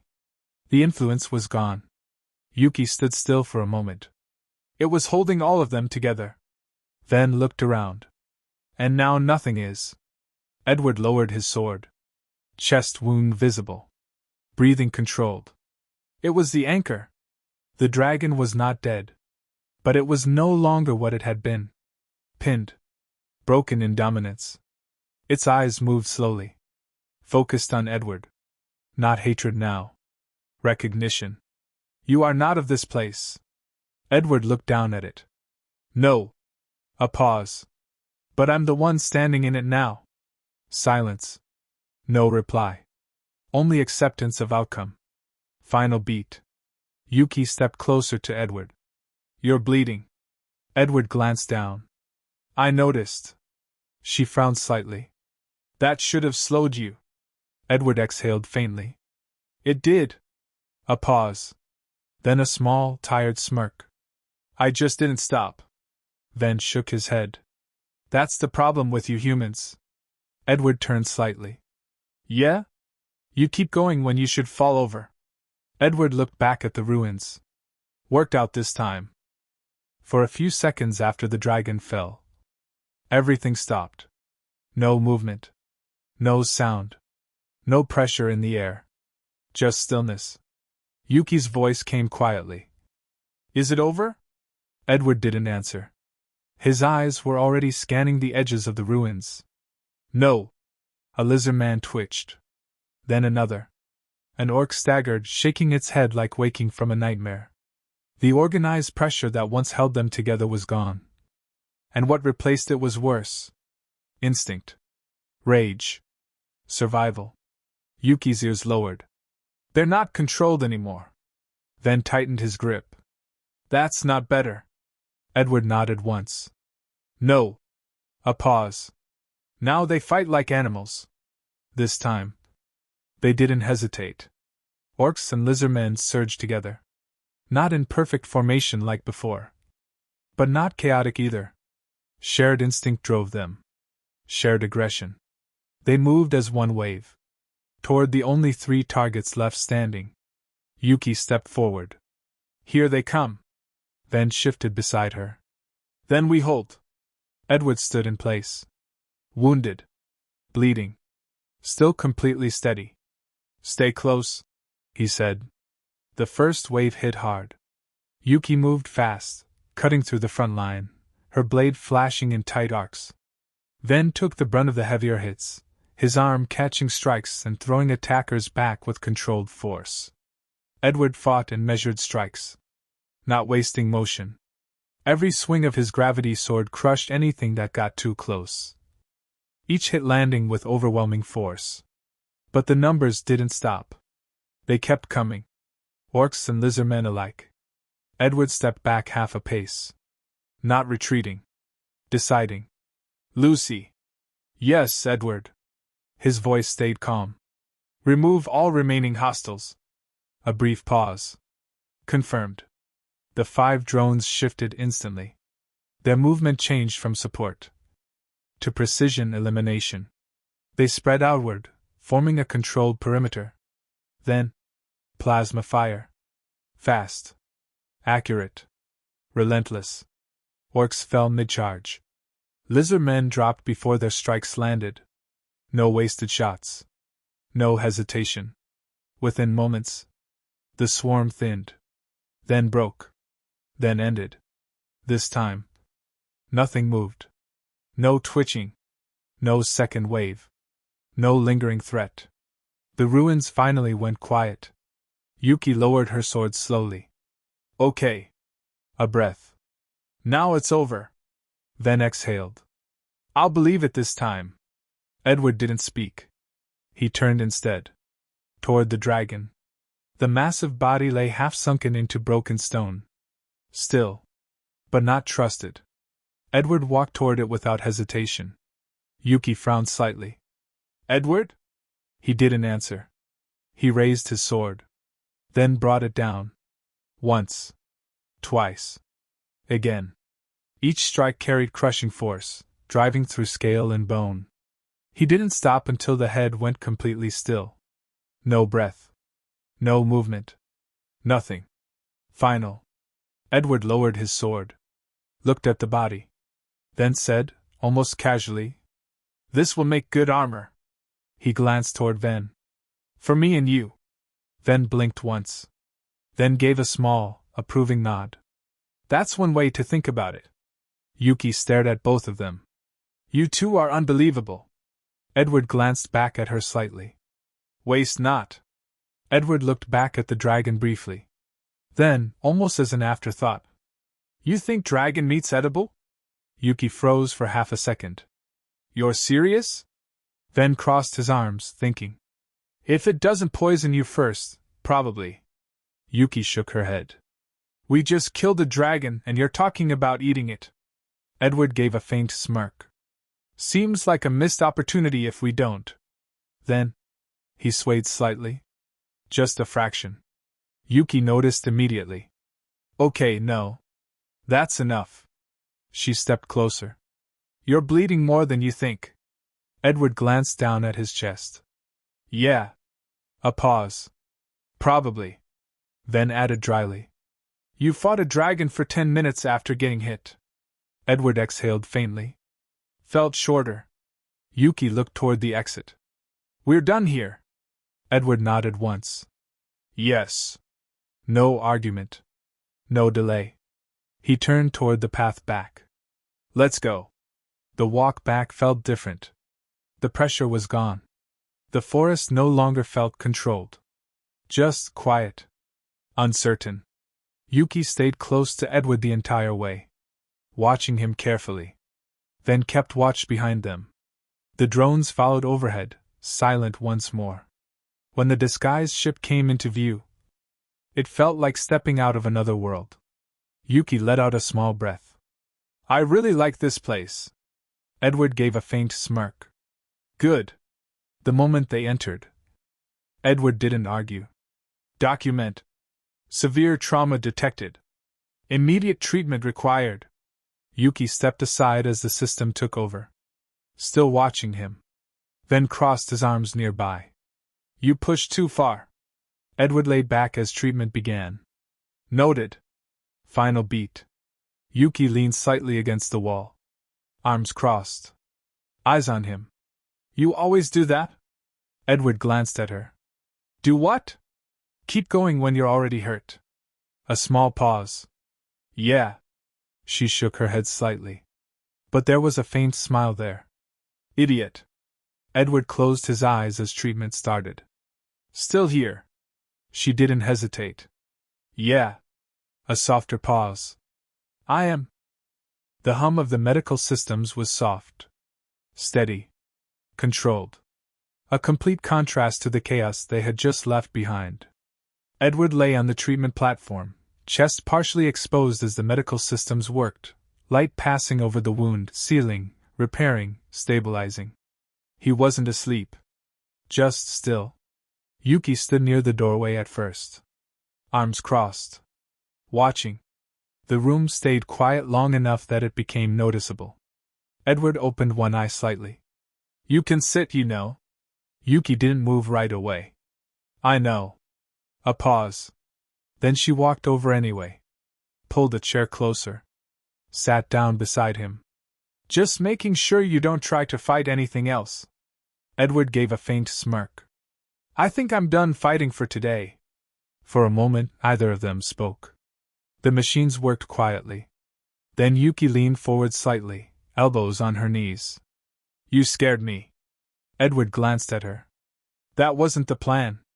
She didn't smile. "You got hit by a dragon." A beat. "And you kept going like it didn't matter." Edward looked back up at the ceiling. "It mattered." A pause. "I just didn't stop." Yuki watched him carefully. "Why?" That wasn't playful. That wasn't teasing. That was real. Edward took a moment before answering. "Because if I stopped." A small pause. "You and Ven would have had to carry the rest." He turned his head slightly toward her. "And I'm not letting that happen." Yuki blinked once, caught off guard. She leaned back slightly, crossing her arms again, but softer this time. "You don't have to do everything yourself."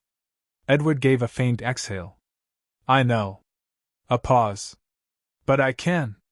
That made her smirk just a little. "Yeah." Another pause. "You really can." Silence again. But not heavy this time. Comfortable. Yuki glanced at his chest as the systems continued repairing the damage. "Does it hurt?" Edward shrugged slightly. "Less now." "Before?" He thought about it. Enough to notice. She rolled her eyes. That's not an answer. He gave a faint grin. It hurt. Yuki relaxed slightly in her chair. Not as guarded now. You're ridiculous. Edward tilted his head just enough to look at her. You're still here. She didn't hesitate. Yeah. A softer tone now. I am. A pause. Then, quieter. I'm not going anywhere. Edward studied her for a moment. Not joking now. Good. That single word carried more weight than anything else he'd said. Yuki felt it. Didn't look away this time. She leaned back again, tail flicking slightly behind her. So? A small smirk returned. Dragon armor, huh? Edward exhaled lightly. Seems like a good upgrade. And eating it? He shrugged. Still considering it. She laughed softly. You're impossible. The med system slowed. The worst of the damage already repaired. Edward looked better. Still tired. But stable. Yuki didn't leave. Didn't need to. The quiet didn't last forever. Footsteps outside. Voices. More than a few. Yuki's ears flicked toward the door. That's not normal. Edward sighed faintly. News travels fast. The door opened. Then stepped in first. Behind him. Others. Villagers. Humans. Vulpine. Lupin. All gathered. All looking at one person. The room went quiet again. But not the same kind of quiet. This one carried weight. Respect. Disbelief. One of the older villagers stepped forward slowly. Is it true? Then didn't answer. He just looked at Edward. Edward gave a small nod. Yeah. A pause. It's done. The words spread through the room like a shockwave. Not loud. But powerful. The dragon. Gone. The thing that shaped their fear. Their boundaries. Their survival. Gone. Yuki watched their faces. She understood something in that moment. Edward didn't just win a fight. He changed their world. Then stepped forward. Looked at the gathered crowd. Then spoke plainly. He didn't just fight it. A pause. He ended it. No exaggeration. No embellishment. Just truth. The way people looked at Edward changed in that moment. Not fear. Not distance. Something else. Recognition. Trust. Relief. Yuki glanced at him. Then smirked slightly. You just became very important. Edward sighed softly. That's what I was trying to avoid. She leaned closer slightly. Too late. Final beat. The room stayed full. But calmer now. Safer. Yuki didn't move from her chair. Still right beside him. Still exactly where she chose to be. Edward closed his eyes again briefly. Not from exhaustion. From something quieter. Earned rest. And for the first time since arriving on this world, he wasn't just a traveler. He was part of it. By the time Edward was able to stand again, the entire village already knew. Word hadn't just spread. It had ignited. The dragon was gone. Not driven away. Not sleeping. Gone. And now, for the first time in generations, the people didn't know what came next. The central hall filled quickly. Humans. Vulpine. Lupin. All standing together, but not divided like before. Concern replaced old tensions. Then stood at the front, his presence steady. Trixie beside him, watchful, sharp-eyed. Yuki stood near Edward, close enough to matter, far enough to let him breathe. Edward stayed quiet. Observing. Listening. An older human finally spoke. If the dragon is gone, what stops everything else now? Murmurs followed. A Lupin added. Those creatures were held together by it. Now they'll scatter. Another voice. Or worse. Spread. The room shifted uneasily. Victory had removed fear. But also structure. Then stepped forward, voice grounded. We lived under its shadow. A pause. Now we live without it. He looked around the room. That doesn't mean we're safe. Silence followed. Because everyone knew he was right. Edward didn't raise his voice. Didn't command attention. He just spoke. You're not wrong. The room quieted anyway. The dragon was holding things in place. Now those things are loose. A pause. But that doesn't mean they're stronger. He looked around the room. It means they're disorganized. That changed the tone immediately. Yuki glanced at him slightly, already seeing where this was going. Edward continued. You don't wait for chaos to reach you. A beat. You shape what comes next. Then crossed his arms, approving. Meaning? Edward answered simply. We expand. That word landed hard. A few voices pushed back immediately. Expand? We've barely survived as it is. We don't even know what's out there. Edward didn't argue. He explained. You survived under pressure. A pause. Now you have space. He gestured slightly. Better walls. Stronger tools. Coordination between groups. His eyes moved across the room. You don't hide anymore. Silence followed. Not disagreement. Processing.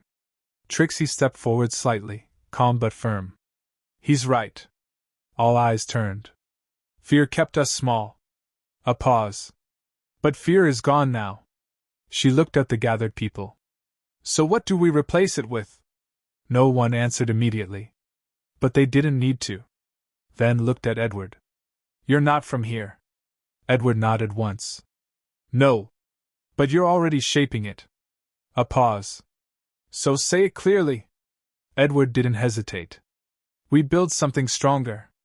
He looked around the room. Together. That last word mattered. No cheers. No shouting. Just nods. One by one. Agreement forming naturally. Not forced. Not commanded.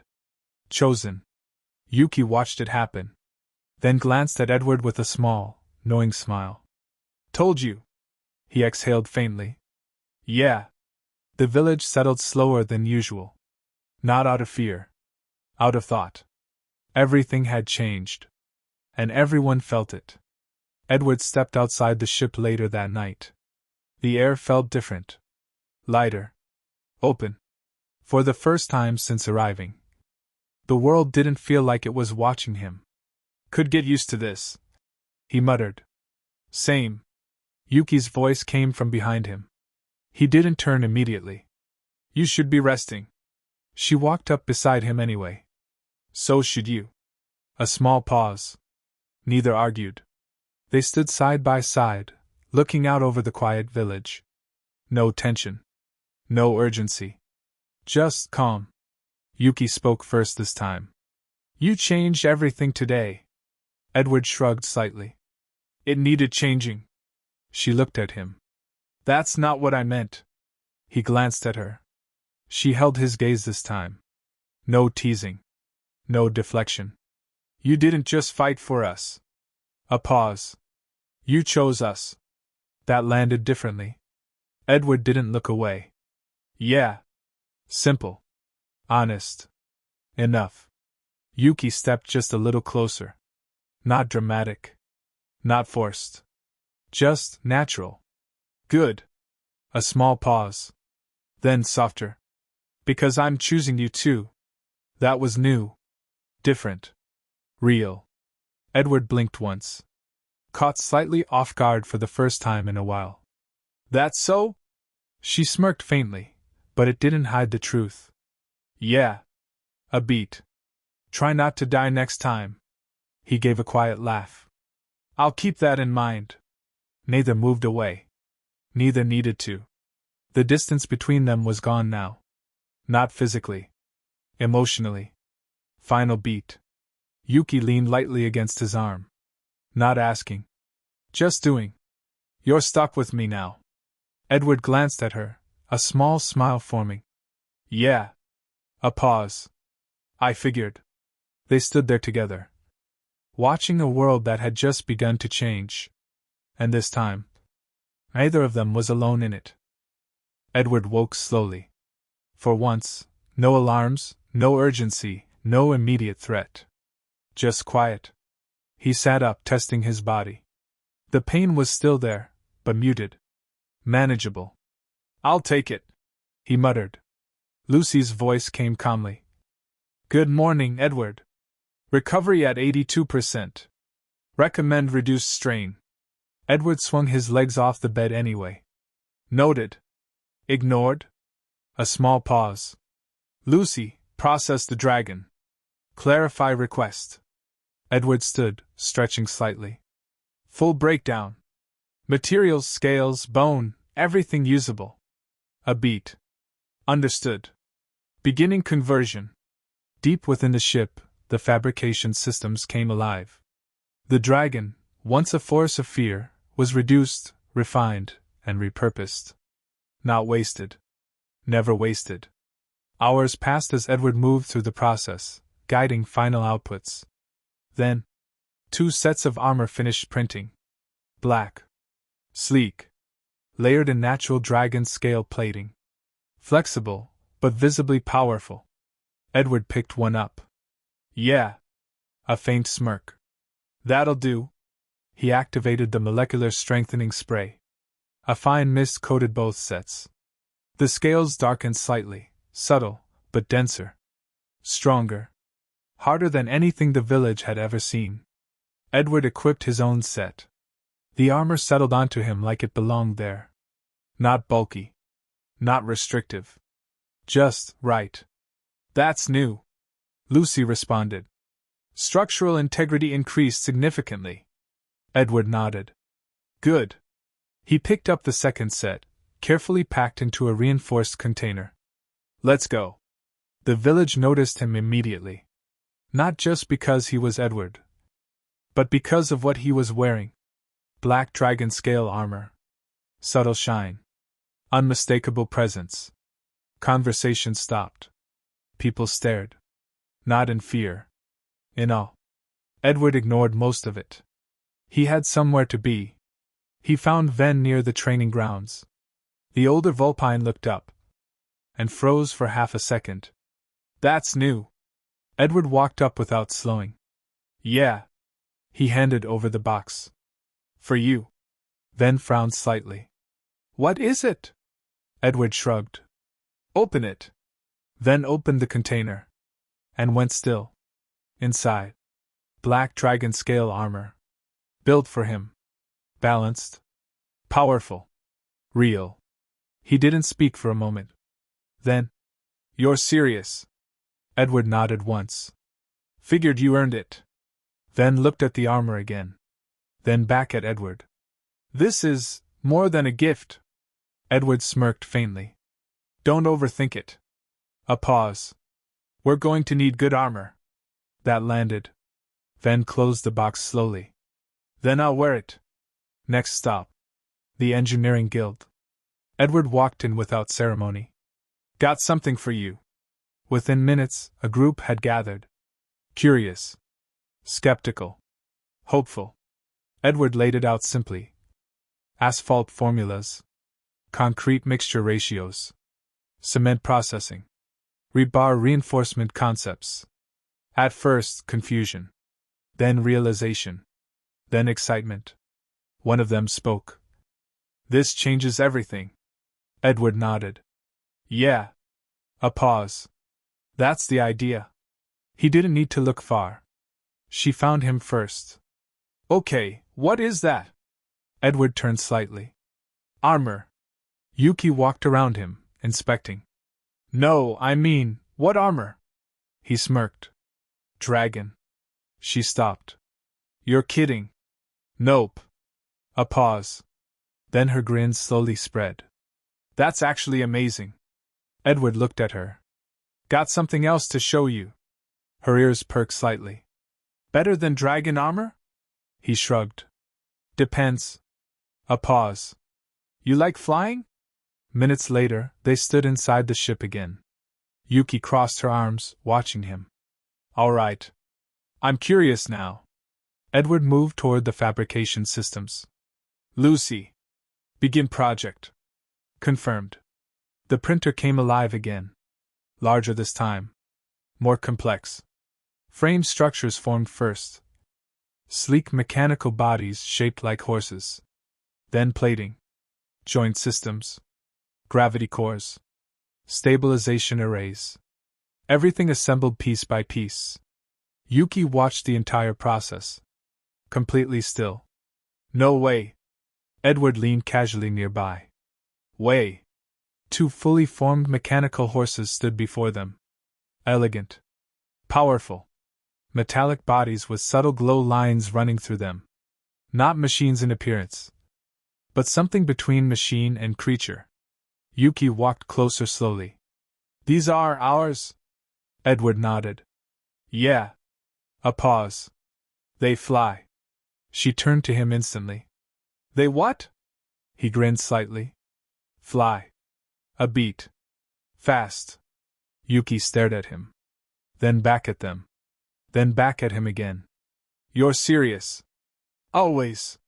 Moments later. They were outside. Mounted. Yuki slightly tense. If I fall. You won't. You don't know that. I do. A pause. Trust me. She hesitated. Then. Fine. Edward tapped the control. The horses lifted. Smooth. Effortless. Yuki's eyes widened instantly. Oh! Then. They accelerated. The ground dropped away. Wind rushed past. The village shrank below them. Yuki laughed. Not controlled. Not reserved. Pure. This is amazing! They soared above the land. Fast. Free. Untouchable. For the first time since everything started. There was no danger. No pressure. Just movement. And each other. Final beat. Yuki leaned forward slightly, laughing into the wind. Okay, you win. Edward glanced at her. Win what? She grinned. Everything. A pause. Then softer. And I'm not complaining. They flew on. Over a world that was no longer something to survive, but something to build. Together. The mechanical horses leveled out above the tree line, cutting through open sky with smooth, effortless motion. Below them, the world stretched wide, forests, rivers, distant mountains softened by morning light. For a while, either Edward nor Yuki spoke. Not because there was nothing to say. Because either wanted to break it too quickly. Then Yuki leaned slightly forward in her saddle. Okay. Edward glanced over. Okay, what? She squinted at the horizon. I take back every time I said you were just a guy who builds things. Edward gave a faint smirk. That many times, huh? Yuki tilted her head. Enough that I lost count. A pause. Then she added casually. You're also kind of terrifying. Edward exhaled lightly. I get that a lot. They flew side by side for a while, the wind carrying most of their words away. Yuki shifted slightly, testing the mount's responsiveness. So what happens if I fall off? Edward didn't look over. You won't. That's not an answer. It's the correct one. She narrowed her eyes. That's what people say right before someone falls off something. Edward finally glanced at her. Do you want a safety harness or emotional reassurance? Yuki thought for a second. Both. He smirked. Greedy. She pointed at him. Says the guy who built flying horses in a cave ship? The tension from the ruins didn't follow them up here. It stayed below. Distant. Small now. Yuki leaned back slightly, letting the wind hit her face. This feels unfair. Edward tilted his head. How so? You crash into a medieval world and immediately get flying death horses. He shrugged. I also got stabbed a lot. Yuki nodded. Fair trade. A beat. Then she glanced at him. Still unfair, though. Edward gave a faint laugh. Noted. They reduced speed slightly as the terrain shifted beneath them. The world became quieter up here. Yuki's tone softened a little. Hey. Edward looked over. Yeah? She hesitated, just briefly. When you jumped in front of that boar. A pause. And when you stood your ground against the dragon? Her grip tightened slightly on the reins. You didn't have to do that. Edward didn't answer immediately. Then, yes, I did. Yuki frowned. No, you didn't. He glanced at her. I did. A beat. Because it was you. That stopped her. Just for a moment. They descended near a quiet clearing outside the village. The mechanical horses touched down smoothly, folding their motion into stillness like they'd never flown at all. Yuki stayed seated for a second longer than necessary. Then dismounted. Slowly. Like she needed a moment to remember gravity again. Edward followed. You good? She nodded. Yeah. A pause. Just annoyed. At what? She looked at him directly. At how casually you say things like that. Edward blinked. Which part? Yuki crossed her arms. Because it was you. A faint smirk tugged at his mouth. That bothered you? Yes. Why? She hesitated again, then stepped closer. Because you make it sound like it's normal. Edward shrugged slightly. For me, it kind of is. That made her stop completely. Yuki stared at him for a moment. Then exhaled slowly. You're impossible. Edward nodded once. I've heard. A pause. The air between them softened. Not awkward. Just honest. Yuki looked away briefly. You saved me twice. Edward tilted his head slightly. I remember. She looked back at him. From the boar. A pause. And from the dragon. Edward didn't respond right away. So she stepped forward. Close enough that there was no distance left to pretend with. Thank you? Her voice was quieter now. Less teasing. Less sharp. Then she moved. And wrapped her arms around him. Tight. Not hesitant. Not careful. Just real. Edward froze for half a second. Then slowly, carefully, rested one hand lightly against her back. Yuki didn't let go. Not immediately. 1 second. Then another. The world stayed still around them. When she finally pulled back, she didn't step far. Just enough to look at him again. Her usual grin returned, but softer at the edges. Don't make it weird. Edward blinked once. I wasn't going to. Good. A pause. Then she added. Because I meant it. Edward nodded slightly. I know. For a moment, either of them moved. Then Yuki tilted her head slightly. So? Edward raised a brow. So? Her grin returned a little more fully now. Does this mean I get special treatment now? Edward exhaled lightly. You already do. She pointed at him. That was the wrong answer. He smirked. What was the right one? Yuki stepped back toward her mount. Say yes. Edward nodded. Yes. She paused. Then laughed. There. That wasn't so hard. Final beat. They stood there for a moment longer in the clearing, the mechanical horses quiet behind them. No battles. No ruins. No pressure. Just two people who had already stopped pretending they were alone in this world. Yuki glanced at him one last time before mounting again. Try not to get stabbed again. Edward stepped toward his mount. No promises. She smirked. Typical. And as they took off again, the sky felt a little less empty than before. Thank you for listening. Part 2 coming soon. Please like and subscribe if you liked the story.